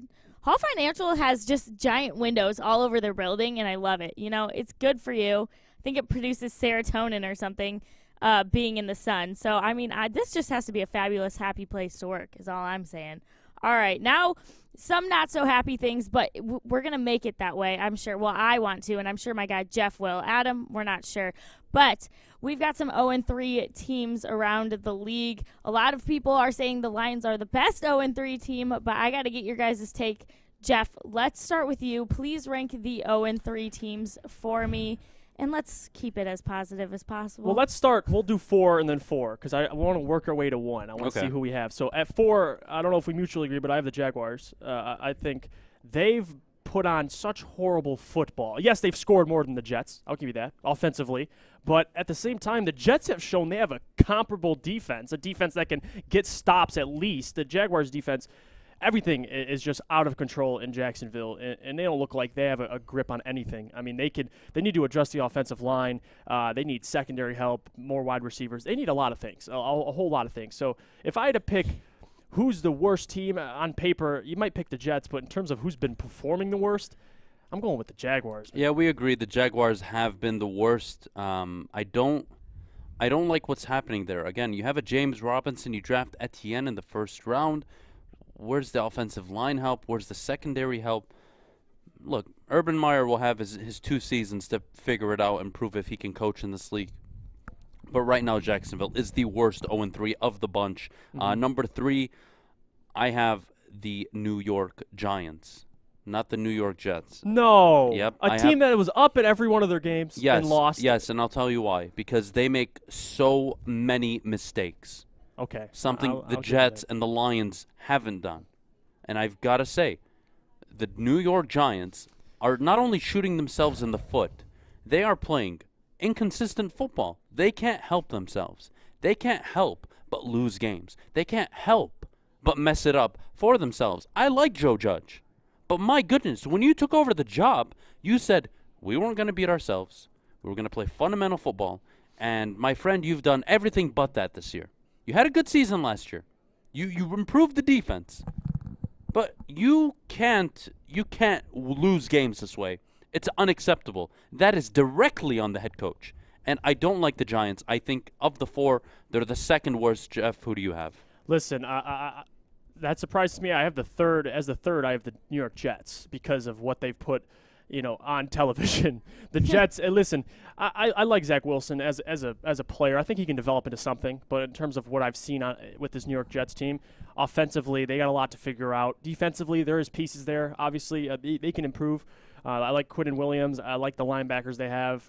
But in terms of just on the field, like the Giants, to their point, they lost by a field goal to Kupp from the Falcons last game, and the game before they would have won if Dexter Lawrence doesn't go offside. So it's better team. I'm gonna agree. Giants probably have the most complete roster. The problem I have with the Giants is they continue to shoot themselves in the foot. They can't help it. They suck. Yep. Granted, they've been in the games, but they've sucked. Inconsistent play. They're turnover prone. They can't help but jump off sides. They can't help but get a false start. They can't help but hold on every other play. And that's unacceptable. So, although I think the Jets have played worse than the Giants, the penalties are unforgivable. Just like the next team, in my opinion, the Jets, their play is unforgivable because of the turnovers. But again, a rookie quarterback, you're asking him to drop back 20, 30 times. You don't have a run game. How do you support your rookie quarterback? You run the ball effectively. You run the play action. You get him out of the pocket, rolling, getting the easy dump-offs to the tight ends. This is how you get their confidence going. So for me, if you want to swap the Jets and the Giants, Jeff, I don't have a problem. I'm not going to argue with you on the Jets at 2 or 3. I don't care. But my main point here is the Lions are the best 0-3 team in the NFL right now. Now, that's not saying much. Let's be real with ourselves. But to be fair, San Francisco, I just want to take this week by week. And please interrupt me if you think I'm wrong or I'm off pace here. Week 1, San Francisco. First half, abysmal. Yeah. Third quarter, not as abysmal. Fourth quarter, meh. Up until the 2-minute warning, they score 16 points and recover an onside kick. I'm supposed to praise them, though, because it was kind of close. Move on. Week 2, Green Bay. Their game plan for Green Bay in the first half was perfect. Not only perfectly scripted, it was perfectly executed. That never happens in the NFL. You don't come out with 2-3 drives that are perfectly scripted and they all work to perfection, no issues, no penalties, nothing goes wrong. That is not how the NFL works. And it took all of that just for you to score 17 points. Come the second half adjustments aren't made. You score 0. You're outscored by 21. You lose the game to Green Bay in Lambeau. We all remember. Move on to week 3. Very similar. Again, I'm seeing the same thing with the Lions here. Although, again, improvements. The first half, 0 points. Should have been down 30-24, but who cares? The Ravens didn't execute. That's a them problem. You move on to the second half. Detroit clearly outplayed Baltimore. They've had moments where they've outplayed teams. That is a good thing. Yeah. So of the 4 garbage 0-3 teams in the NFL, it just so happens that the Detroit Lions are the best of the garbage.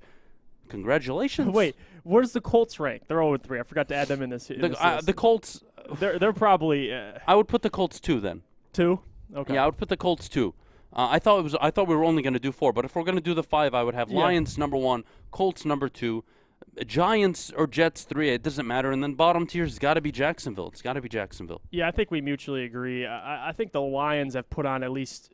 They've shown they can compete. The first game, no, absolutely not. Until the last fourth quarter, which they showed flashes. I love what they're doing behind Dan Campbell. And then game 2, played a great first half. Like you said, perfectly scripted first half, which you don't see in the NFL. I don't even want to consider the Colts in this, honestly. Why? Because the Colts, in my opinion, going into the year, were a playoff team. They were division contenders. And yes, they are 0-3. But yes, they have lost to Seattle. They have lost to Tennessee. To the Rams. Yeah. They have lost to the Rams. Yeah. They have time. So I don't want to bunch them up because they have a way better roster than any of these teams. And what is this about Lomas Brown going on in the chat? Listen, Lomas Brown can shut up, honestly. Lomas Brown can put a sock in it. You're not moving your left tackle that you drafted number 7 overall to right tackle. Why would you do that? How incompetent do you need to be? My goodness, if you play for the Lions, somehow the fairy dust just rubs off and you become an idiot too. Unbelievable. You're not moving the guy you drafted number 7 overall to a position where in the preseason he played like hot garbage. Congratulations, Lomas. You must know everything. My goodness, Lomas Brown, congratulations. I won't be – okay, listen, Adam is very passionate about having Panay play the left tackle. I'm not passionate. No. I don't like idiots. I don't like idiots. No, listen. Can we at least agree? Good. I just the more we get closer to Taylor Decker coming back, the less. The more frustrated I get. Well, yes, because you don't if see Taylor Decker got into a listen. You see if Taylor Decker fell over, twisted his ankle, or tore his groin, I would be so happy because that means I get another 14 games of Panay Sewell at left tackle. That way, these idiots don't mess it up. So you're asking for a Tyrod, maybe get him in the. I need a trainer. I need somebody to go into the training room. Go find Taylor Decker. Shank him. Do whatever you got to do. But please, God, don't make him play left tackle. Well, you know what? I can't argue with that.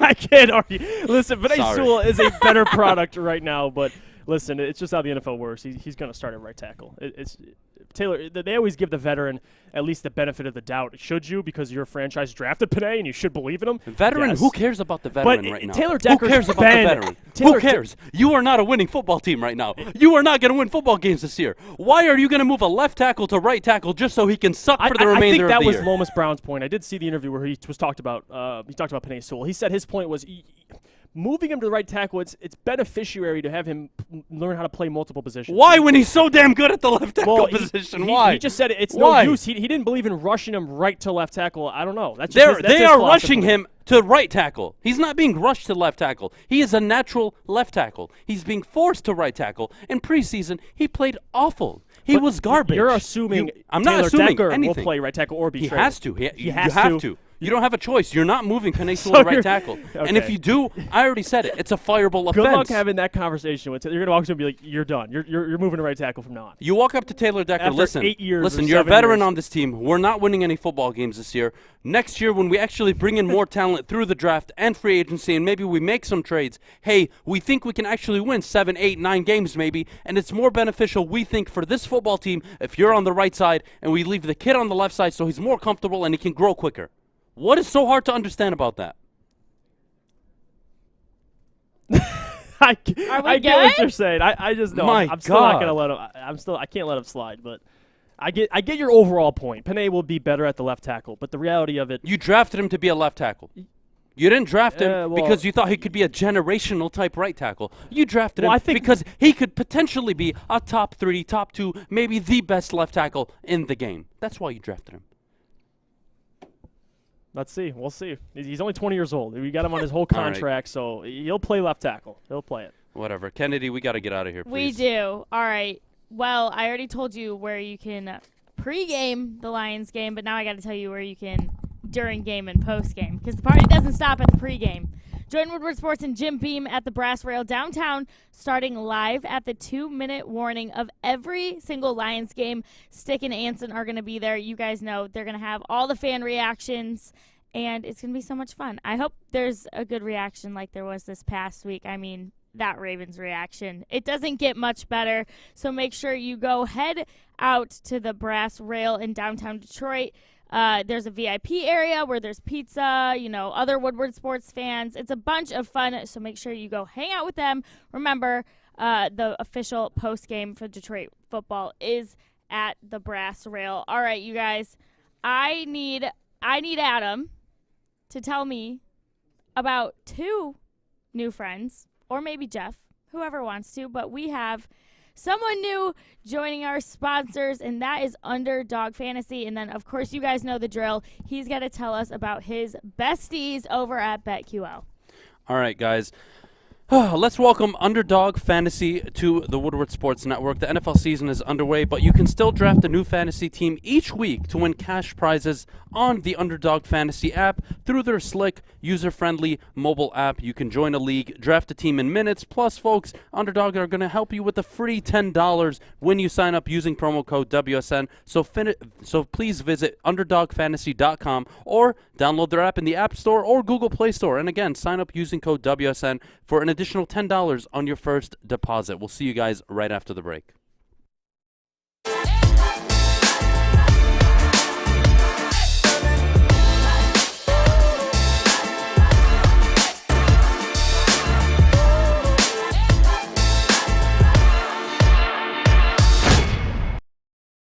Make sure you download the Woodward Sports app in the App Store and the Google Play Store today. Take Woodward Sports with you wherever you go and listen live on your phone or mobile device.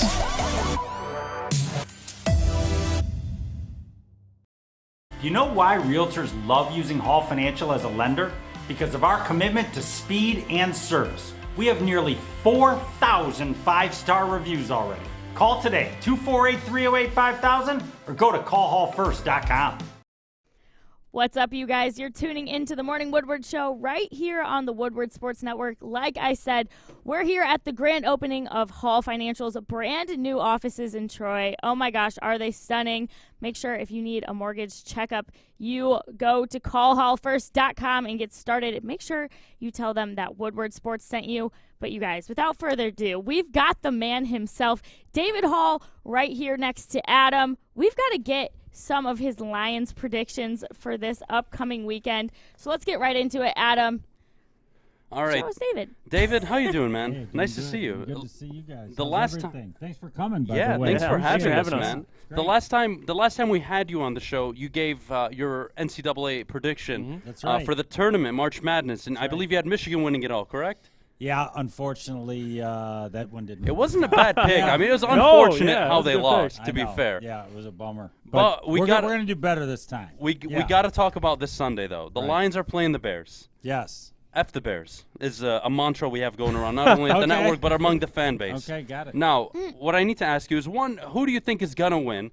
And 2, how do you feel about Dan Campbell so far? Well, Dan Campbell's got a lot of spirit, and I think it's exciting to see a guy that's running the team from the standpoint of just a ton of passion. I think that's what – so in my view, I think that got to give him some time, to work things out. Obviously, this is a rebuild.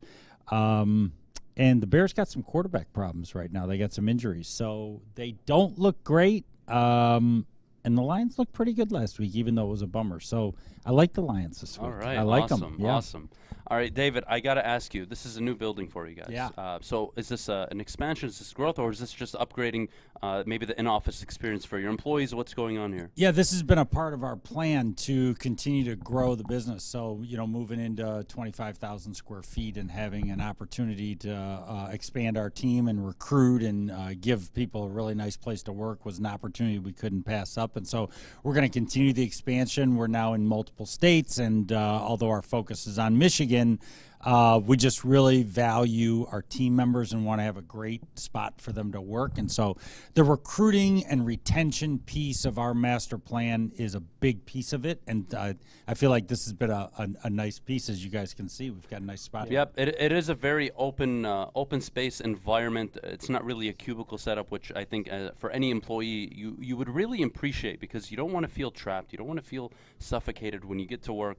The idea of being able to be free, open, see your coworkers, communicate with them openly and freely. I think that's a really good model to really build and expand your company on it. It's really amazing. Could you kind of tell us? One of our philosophies is never ever be same here. Meaning, like, we don't want to do things like other places. And one of the things that I think of is, there's so many businesses that are in these kind of homogenous office buildings, and they all feel the same. This space had a very different feel, and I felt like it was like comfortable and dynamic. And so we really looked a long time before we were able to find this, and we're really glad now that we've moved I do in. have to say the drive-in is different. Usually it? when you go, Yeah. when It's you nice, when isn't you it? when you drive Beautiful. into these typical corporate buildings, if you want to call them, they're secluded. Yeah. There's no nature. Yeah. It's just a bunch of big buildings next to each other, and all the windows are tinted, and you just don't know what's even going on in the building. Yeah. And then you drive up to this building,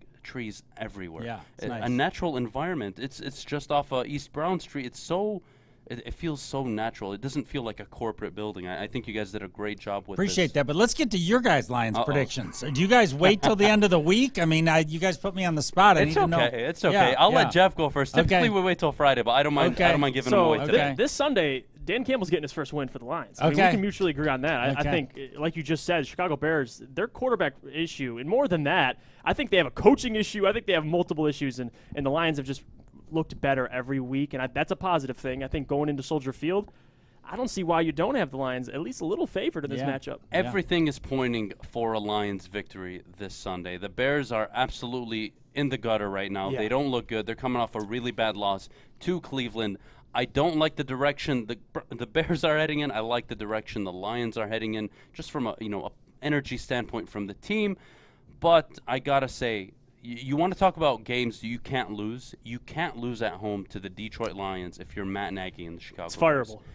No, you get fired. You get fired. Yeah. That's like David hiring me to be his assistant, and I just forget to fill out his calendar for the entire week. Like, you can't. This is unacceptable. So for me, although I'm leaning towards the Lions, I just don't see how the Bears lose this game. It would not only derail their season, it would derail their front office, it would derail their head coaching, and honestly, it would have every Bears fan questioning whether or not Justin Fields is their future. If I was a betting man, I would take the money line on the Lions. It's free. It's not a bad bet, but they're only 3-point underdogs. It's really a toss-up game. Can I ask you this? If Justin Fields comes out, especially the week he had last week, and he plays well versus the Detroit Lions, what are you going to look like Monday morning? Like, is that a bad thing? If Dan Campbell, if Justin Fields looks amazing, probably the first game he's looked amazing. Mitchell Trubisky is 4-0 against the Lions and looks like Joe Montana, so it's not really saying. So now you got a rookie who's going off his first game against the Lions. If Justin Fields goes off, it's a consequence of a young secondary, a defense that is inconsistent in getting to the quarterback. And let's be honest, Matt Nagy is probably going to coach the game of his life if they win. Because he's going to have to. Yeah, he's going to have because to. if you lose this game and Justin Fields looks bad again, you should get fired. So it's a tough week for Chicago. You guys are calling for Nagy's job. Oh, yeah. Yeah? Okay. Yeah. Well, we'll see. My It'll be goodness. It's interesting. 12-4 to 8-8 to 8-8. Imagine, again, I'm just going to keep using examples from the workplace here. Yes. Imagine you hired me, let's say, as not a realtor, but somebody that was a liaison between realtors and the company here. Yes. And my first year, I delivered, let's say, at an 85% delivery rate. Yeah. And then year 2, I was at 54, and then 54 the following. You would want to kill me and fire me. Well, we'd have to have a meeting. So, there you go. You gotta have a meeting. if they lose, I think we're going to have a meeting, and you're probably going to fire me. Okay. He's like, well, if you put it like that, That's what's going to happen. It is a big game for the Bears. They have to win it. And so, it'll be interesting. I mean, every week's a little different. I did not obviously like the way the Lions defense looked against the Packers, especially in the second half, but that's Aaron Rodgers. And then looked much better against Baltimore. So I think that's the X factors. How's the defense going to look? Because I think the offense will score. Not a ton, but because Bears got a pretty good defense. But we'll see. It'll be an interesting game, that's for sure. And would love to see the Lions get off that, Every week that goes by, they don't win a game. You start thinking they're not going to win a game. You lose that little the energy's back. Yeah. Energy's back. Yeah, they got to win sooner than later. Yeah. I think there are 2 games that you can call them a lock this year for the Lions. Coming off the 2 games are a lock for the Lions. 2 games that are locks. Try and for the guess Lions. his final prediction for the win and loss. You don't want to know. You don't want to know. But I think they beat Did Pittsburgh. he pick 2 and 15? Is that what? Pretty close. Just right above it. I'm technically rooting for 0-17 because I think it'd be a great storyline. Okay. But for who? For the NFL, it's a great storyline. It's not the franchise that went 0-16 in the first year of a 17-game schedule went 0-17. That's front not page You'd have news. people turning in their Lions jerseys. That's not Okay, good. but regardless of the evil things that go through my head, I think they beat Pittsburgh off the bye week, and I think they win on Thanksgiving Day. There's no way Dan Campbell can afford. We talk about Matt Nagy not being able to lose at home to Detroit. Dan Campbell can't lose his first Thanksgiving game against who else? The Bears. Yeah. So those are the 2 games. Last thing I need to know from you guys before I go: Michigan, Wisconsin. What's the prediction? Ooh, I got Michigan winning by 21. 21. Yep. Honestly, Wow. as bad as Wisconsin looked, they had to flip a switch. I have Michigan winning. I don't know about 21, but I could see them winning by 2 touchdowns, 14. Okay. Wow. Okay. Yeah, so Michigan will roll Wisconsin, a bad loss to Notre Dame. Wisconsin really falling off the rails. I don't like their offense. It's so inconsistent. And, you could say the same about Michigan, but Michigan can fall back on that run game, that offensive line. And their front 7 is much better. You got to think Wisconsin's going to force Michigan to throw the ball because they haven't proven that they can do that yet. Right. Yeah. Before you go, I got to ask you a question. Okay, yeah. As a Michigan man. Yeah. Are you Team Cade McNamara or J.J. McCarthy? I'm on the side of I think we need to actually move on and get J.J. out there.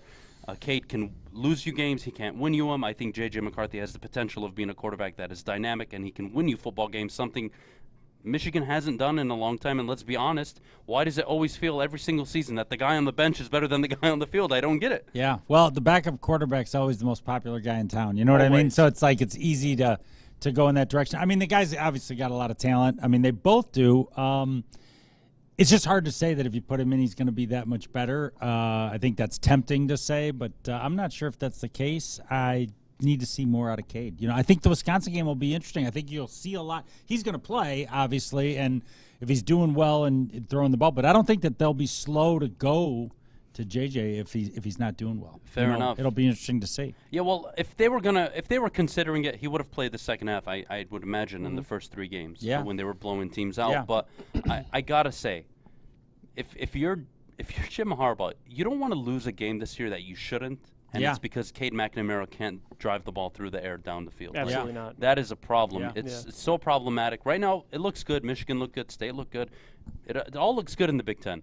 But you don't want to fall to an Indiana, a Maryland. You don't want to lose one of these games because Cade McNamara throws 3 interceptions, and it's like, well, we can't run the ball. We're down 21. Yeah, hear you. Well, guys, listen, thanks for coming by. Yeah, thank you so much for having us. Appreciate having you guys, and we should do it more often. Absolutely. I'm down by. We'll make every month like a grand opening kind of thing. Let's we'll do just it. put a new spin on it. Let's do it. I would love to. It's been fun. It's a great environment here. Huge office Yep. space. I'm not even sure if you guys meet in here, but it's really cool. Oh, we meet in here. Yeah, you guys are screwing up my whole day, but that's okay. I love having you guys here. Well, that's why I'm not your assistant. Yeah. That's Thank exactly you so why. much. Thank you so Thank much, you. David. When we get back from the break, guys, we are going to discuss some Michigan football, and we're going to close out with some other fan predictions. But before we go, I got to tell you about our friends at BetQL. Guys, if you want an advantage over your sportsbook, you need to download the BetQL app. It's the only app you'll need to make smart bets. Their computer models run over 350,000 unique bet simulations throughout the NFL season. They went 13-3 on 5-star bets in the Week 1 slate. Week 2, they were 11-4. Week 3, they were 10-5. It's free money, guys. What are you doing? Head to BetQL.com. Sign up using code WSN. They'll give you 25% off your initial subscription package, whether you want to try it for a month, annual, weekly, doesn't matter. I recommend it. If you're betting on sports, you might as well get an advantage. BetQL. We'll see you after the break.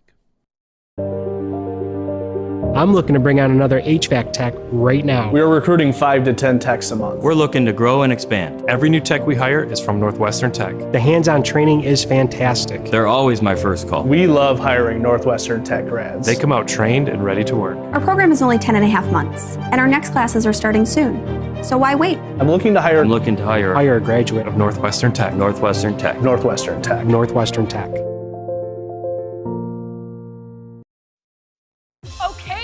thirsty little spin goblins. I want you to pedal into the next dimension. Spin it! Spin!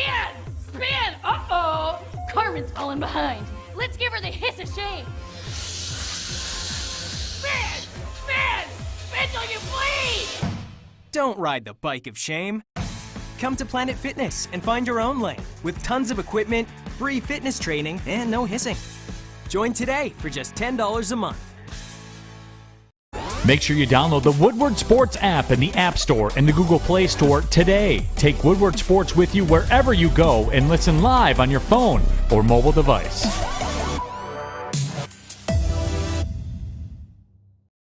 What's up, you guys? Back here on the Morning Woodward Show on the Woodward Sports Network. Happy to have you here. All right. Michigan has had 0 turnovers this season. That is just insane. But then when I was thinking about it further, I'm like, you know what? It's hard to turn over the ball when you're just running it. Am I right or am I wrong? You guys know I'm not a Michigan gal. I'm a Notre Dame gal. So whatever. I'm going to hate on it if I can. But you guys, we need to talk Michigan football. We're going to get some Hall people in here in a second to get their predictions. But Jeff, give me your overview on this Michigan team right now and what are you thinking of them with 0 turnovers? They haven't really been tested like that to throw the ball. So with the turnover rate, it's going to be low. Obviously, Blake Corum, Hassan Haskins, they're going to deliver you a victory by themselves pretty much. Donovan Edwards, don't forget him. But in terms of, Cade he attempted 16 passes last game. You're not asking Cade to throw the ball 25, 35 times to where he's putting the ball in harm's way. There's been times where he almost has, and there's been close calls where he almost has, but in general, it's too early in the season to really they haven't asked much of Cade. Now, will that change come Wisconsin? Will that change come Michigan State, Ohio State? We don't know, but as of right now, they're standing, 4-0? No, they haven't asked them to do much, so I don't know how long this will last. I would predict maybe Wisconsin, he gets his first interception. Whatever team decides to make Cade throw the ball and win the game with his arm, because every team they played can't stop the run, and if you can't stop the run, why are you throwing the ball? All right, we are joined by, I believe, a Packers fan? Am I correct? Go Pack, go. Oh, my goodness. This makes it interesting. Oh, my This makes goodness. it interesting. Listen. First of all, I hate you, all right? Because my entire childhood, you ruined my life, all right? You, Brett Favre, all your fat coaches that you've had, and all your Super Bowls, you take them and kick rocks with them. But I'm going to be a little cordial today. I'm not going to be too angry. But are you a Michigan man at least? Go blue. All right. Okay, you know what? We love it. All right, at least that. So I want to get your thoughts first on the Michigan game against Wisconsin. Who do you think is going to win? So what's the line on that game? I believe Wisconsin are 2-point favorites. Gotcha. I just, Harbaugh hasn't shown that he can do anything in the last, 7 or 8 years on the road against a ranked opponent. So I'm going to go, it's going to be lower scoring than I think most think. I'm going to go 23-20 Wisconsin. Wow. All right, interesting game. All right. I have Michigan winning. Jeff does as well, but let's hope Michigan wins. That'd be a very important win, especially heading into state. It's a real 2 test. weeks after that. Yeah. Absolutely. They could be undefeated. They have Nebraska after that, and then they go to East Lansing. But last week didn't help me. If they would No? have shown up against Rutgers, I think I'd be a little bit different. But last week Rutgers didn't is help a good me. football team, though. They are. I got to give Greg Schiano credit. It's easy to gloss over. They were dominating so well. You take your wins, but let's move on to Sunday. Let's talk about first the Lions and the Bears, and then we'll get to your Packers. Lions-Bears. Is Matt Nagy going to get fired if he loses to the Detroit Lions, or do you think he comes out with a victory on Sunday? Well, first off, nobody is going to lose to the Lions this year. Second off, I feel like how he just throws that in. he probably should have already been fired. Yeah. I thought I think, what did he have, one good year when he came in? 12-4, then 8 back-to-back 8-8 seasons. 8-8. So 8-8 in the North is not good. So I'm going to go in that game. I'm going to go 33-20. Oh, wow. So Bears. you have the offense putting up 33 on the Bears. So Justin Fields looks like Joe Montana this Sunday. I think Justin Fields is going to be like Lamar this weekend. He's just going to run all over. I wouldn't be shocked. His first good game is against the Detroit Lions. Exactly. Not shocked. I think there's a lot on the line for Chicago. I think they win. It's hard for me to see the Monday morning paper where Chicago fall to 1-3. Matt Nagy gets fired. You can't afford to lose at home. It's such a bad loss. But I want to talk about your Packers for a little bit. Yep. I believe you're hosting Pittsburgh. You got this the weekend. Steelers, yep. So I think the Steelers are a bunch of bums. I think their quarterback is probably not one of, if not the biggest bum in the NFL right now. I think you guys steamroll them, and you're clear favorites in the NFC North. I think the game one, I think you guys were just lack of cohesion. I'm really not sure what to attribute it to, but you follow that up with a good win against the Lions. You got your confidence back, and then a big win against San Francisco, a team I think are playoff contenders. So you guys are looking good. How do you feel about the Packers this weekend? I think they roll over Pittsburgh. I do as well. First off, I like Big Ben. He's a Mac guy. I'm a Mac guy. Fire up chips. Okay. When it comes to last week, I thought Green Bay dominated San Francisco. I think the refs kind of made it a lot closer, and then they let Aaron do what Aaron does. This week at home, I think it's a 4:25 game, so the Green Bay fans will be pumped up after a good tailgate. I'm going 35-17. Ooh, I like that scoreline. I like that scoreline. Just save a few Najee Harris touchdowns for me so my fantasy team does well. There you go. Thank you so much for joining us. Yeah, Appreciate the predictions, man. You got it. All right, cool. We got more people coming up here in a bit for more fan predictions, not only on the Michigan games, but the Detroit Lions. But to touch back on Michigan, the turnovers, they haven't had any yet. So many opportunities will unfold throughout the season for Michigan to force their own turnovers. I think it's a consequence. Who are we joined by now? I'm so excited. Hi, everybody. All right, your name? My name is Paige. All right, Paige is here from Hall Financial. I am. Paige, I need to know if the Lions are going to win this Sunday and if Dan Campbell's going to get his first win or they're just going to lose. You know, this is a hard decision. I'm going to say the Lions are going to win. All right, finally, some positivity in this building. There you go. What kind of operation are you running, David? Well, the Packers fan picked the loss, but how do you hire a Packers fan? Where's David? Like, what do you guys do for Isn't that on the resume? Where's the resume evaluation?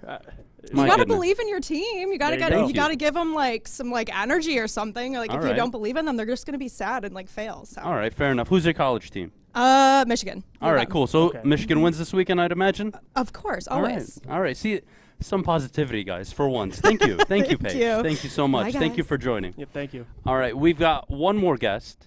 I need the name. Yeah. What is it, Carol? Oh, Kara. All right. Okay. Kara's joining us. I'm sorry. We're getting more I have predictions. headphones on. I can barely hear anything that's going on. Carol, first, are you a Packers fan? Kara, I'm sorry. Noelle. I want everyone to have a great time, but I'm a Lions fan, I think. All right, very good. You got to stick with Detroit. So she can work here? Yes. All right, fair.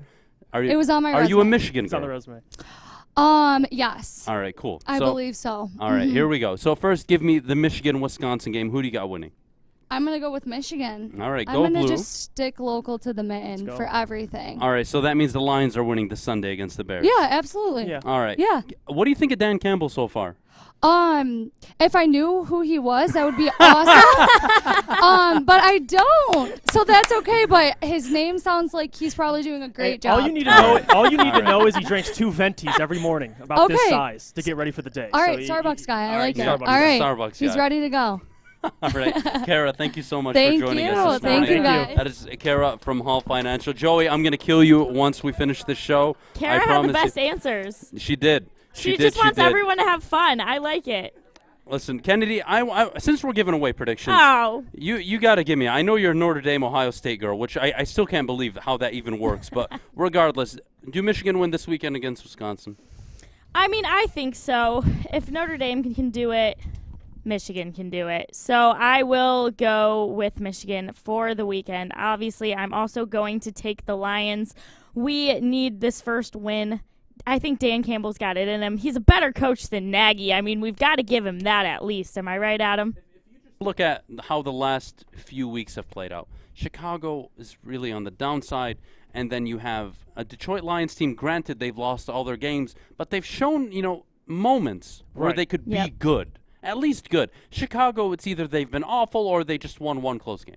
But it's always been awful. So I don't know. If Detroit can play at least 3 quarters, I think they can win this football game. If they're just going to show up for one half, you can throw it away. They're probably not going to win this football game. But that's going to be it for us today on the Morning Woodward Show here from Hall Financial's grand opening at their headquarters. What a building it is. A lot of fun. Beautiful. I'm really in love with it. Kennedy, take us out of here. All right. Before we go, I want to shout out the Red Wings. They won their first preseason game last night in a shootout. We love that. They beat the Blackhawks 4-3, and a lot of people are calling for Bobby Ryan to, move on up. He's on a tryout contract, I think, right now. So let's get Bobby Ryan up here, and congrats to the Red Wings on their first preseason game. Obviously, it's just preseason, but it's enough to get me excited. All right, you know what else gets me excited? Friday Night Clash tomorrow. Every Friday, we broadcast one of the best games in Metro Detroit on Woodward Sports Facebook, YouTube, and Twitter pages. This week's matchup is between Joey and Sticks High School's Brother Rice versus Orchard Lake St. Mary's. You guys, huge rivalry game this weekend. It'll be so much fun. We will have it streamed on all of our platforms at 9 p.m., so make sure you're always tuning into Friday Night Clash. Shout out to Planet Fitness and the Prep for helping us put it on. Help us showcase the best high schools, athletes, and student sections in Metro Detroit. All right, we will be here. Well, not here, but we will be back on the waves tomorrow. Same time, not same place. All right, see you later.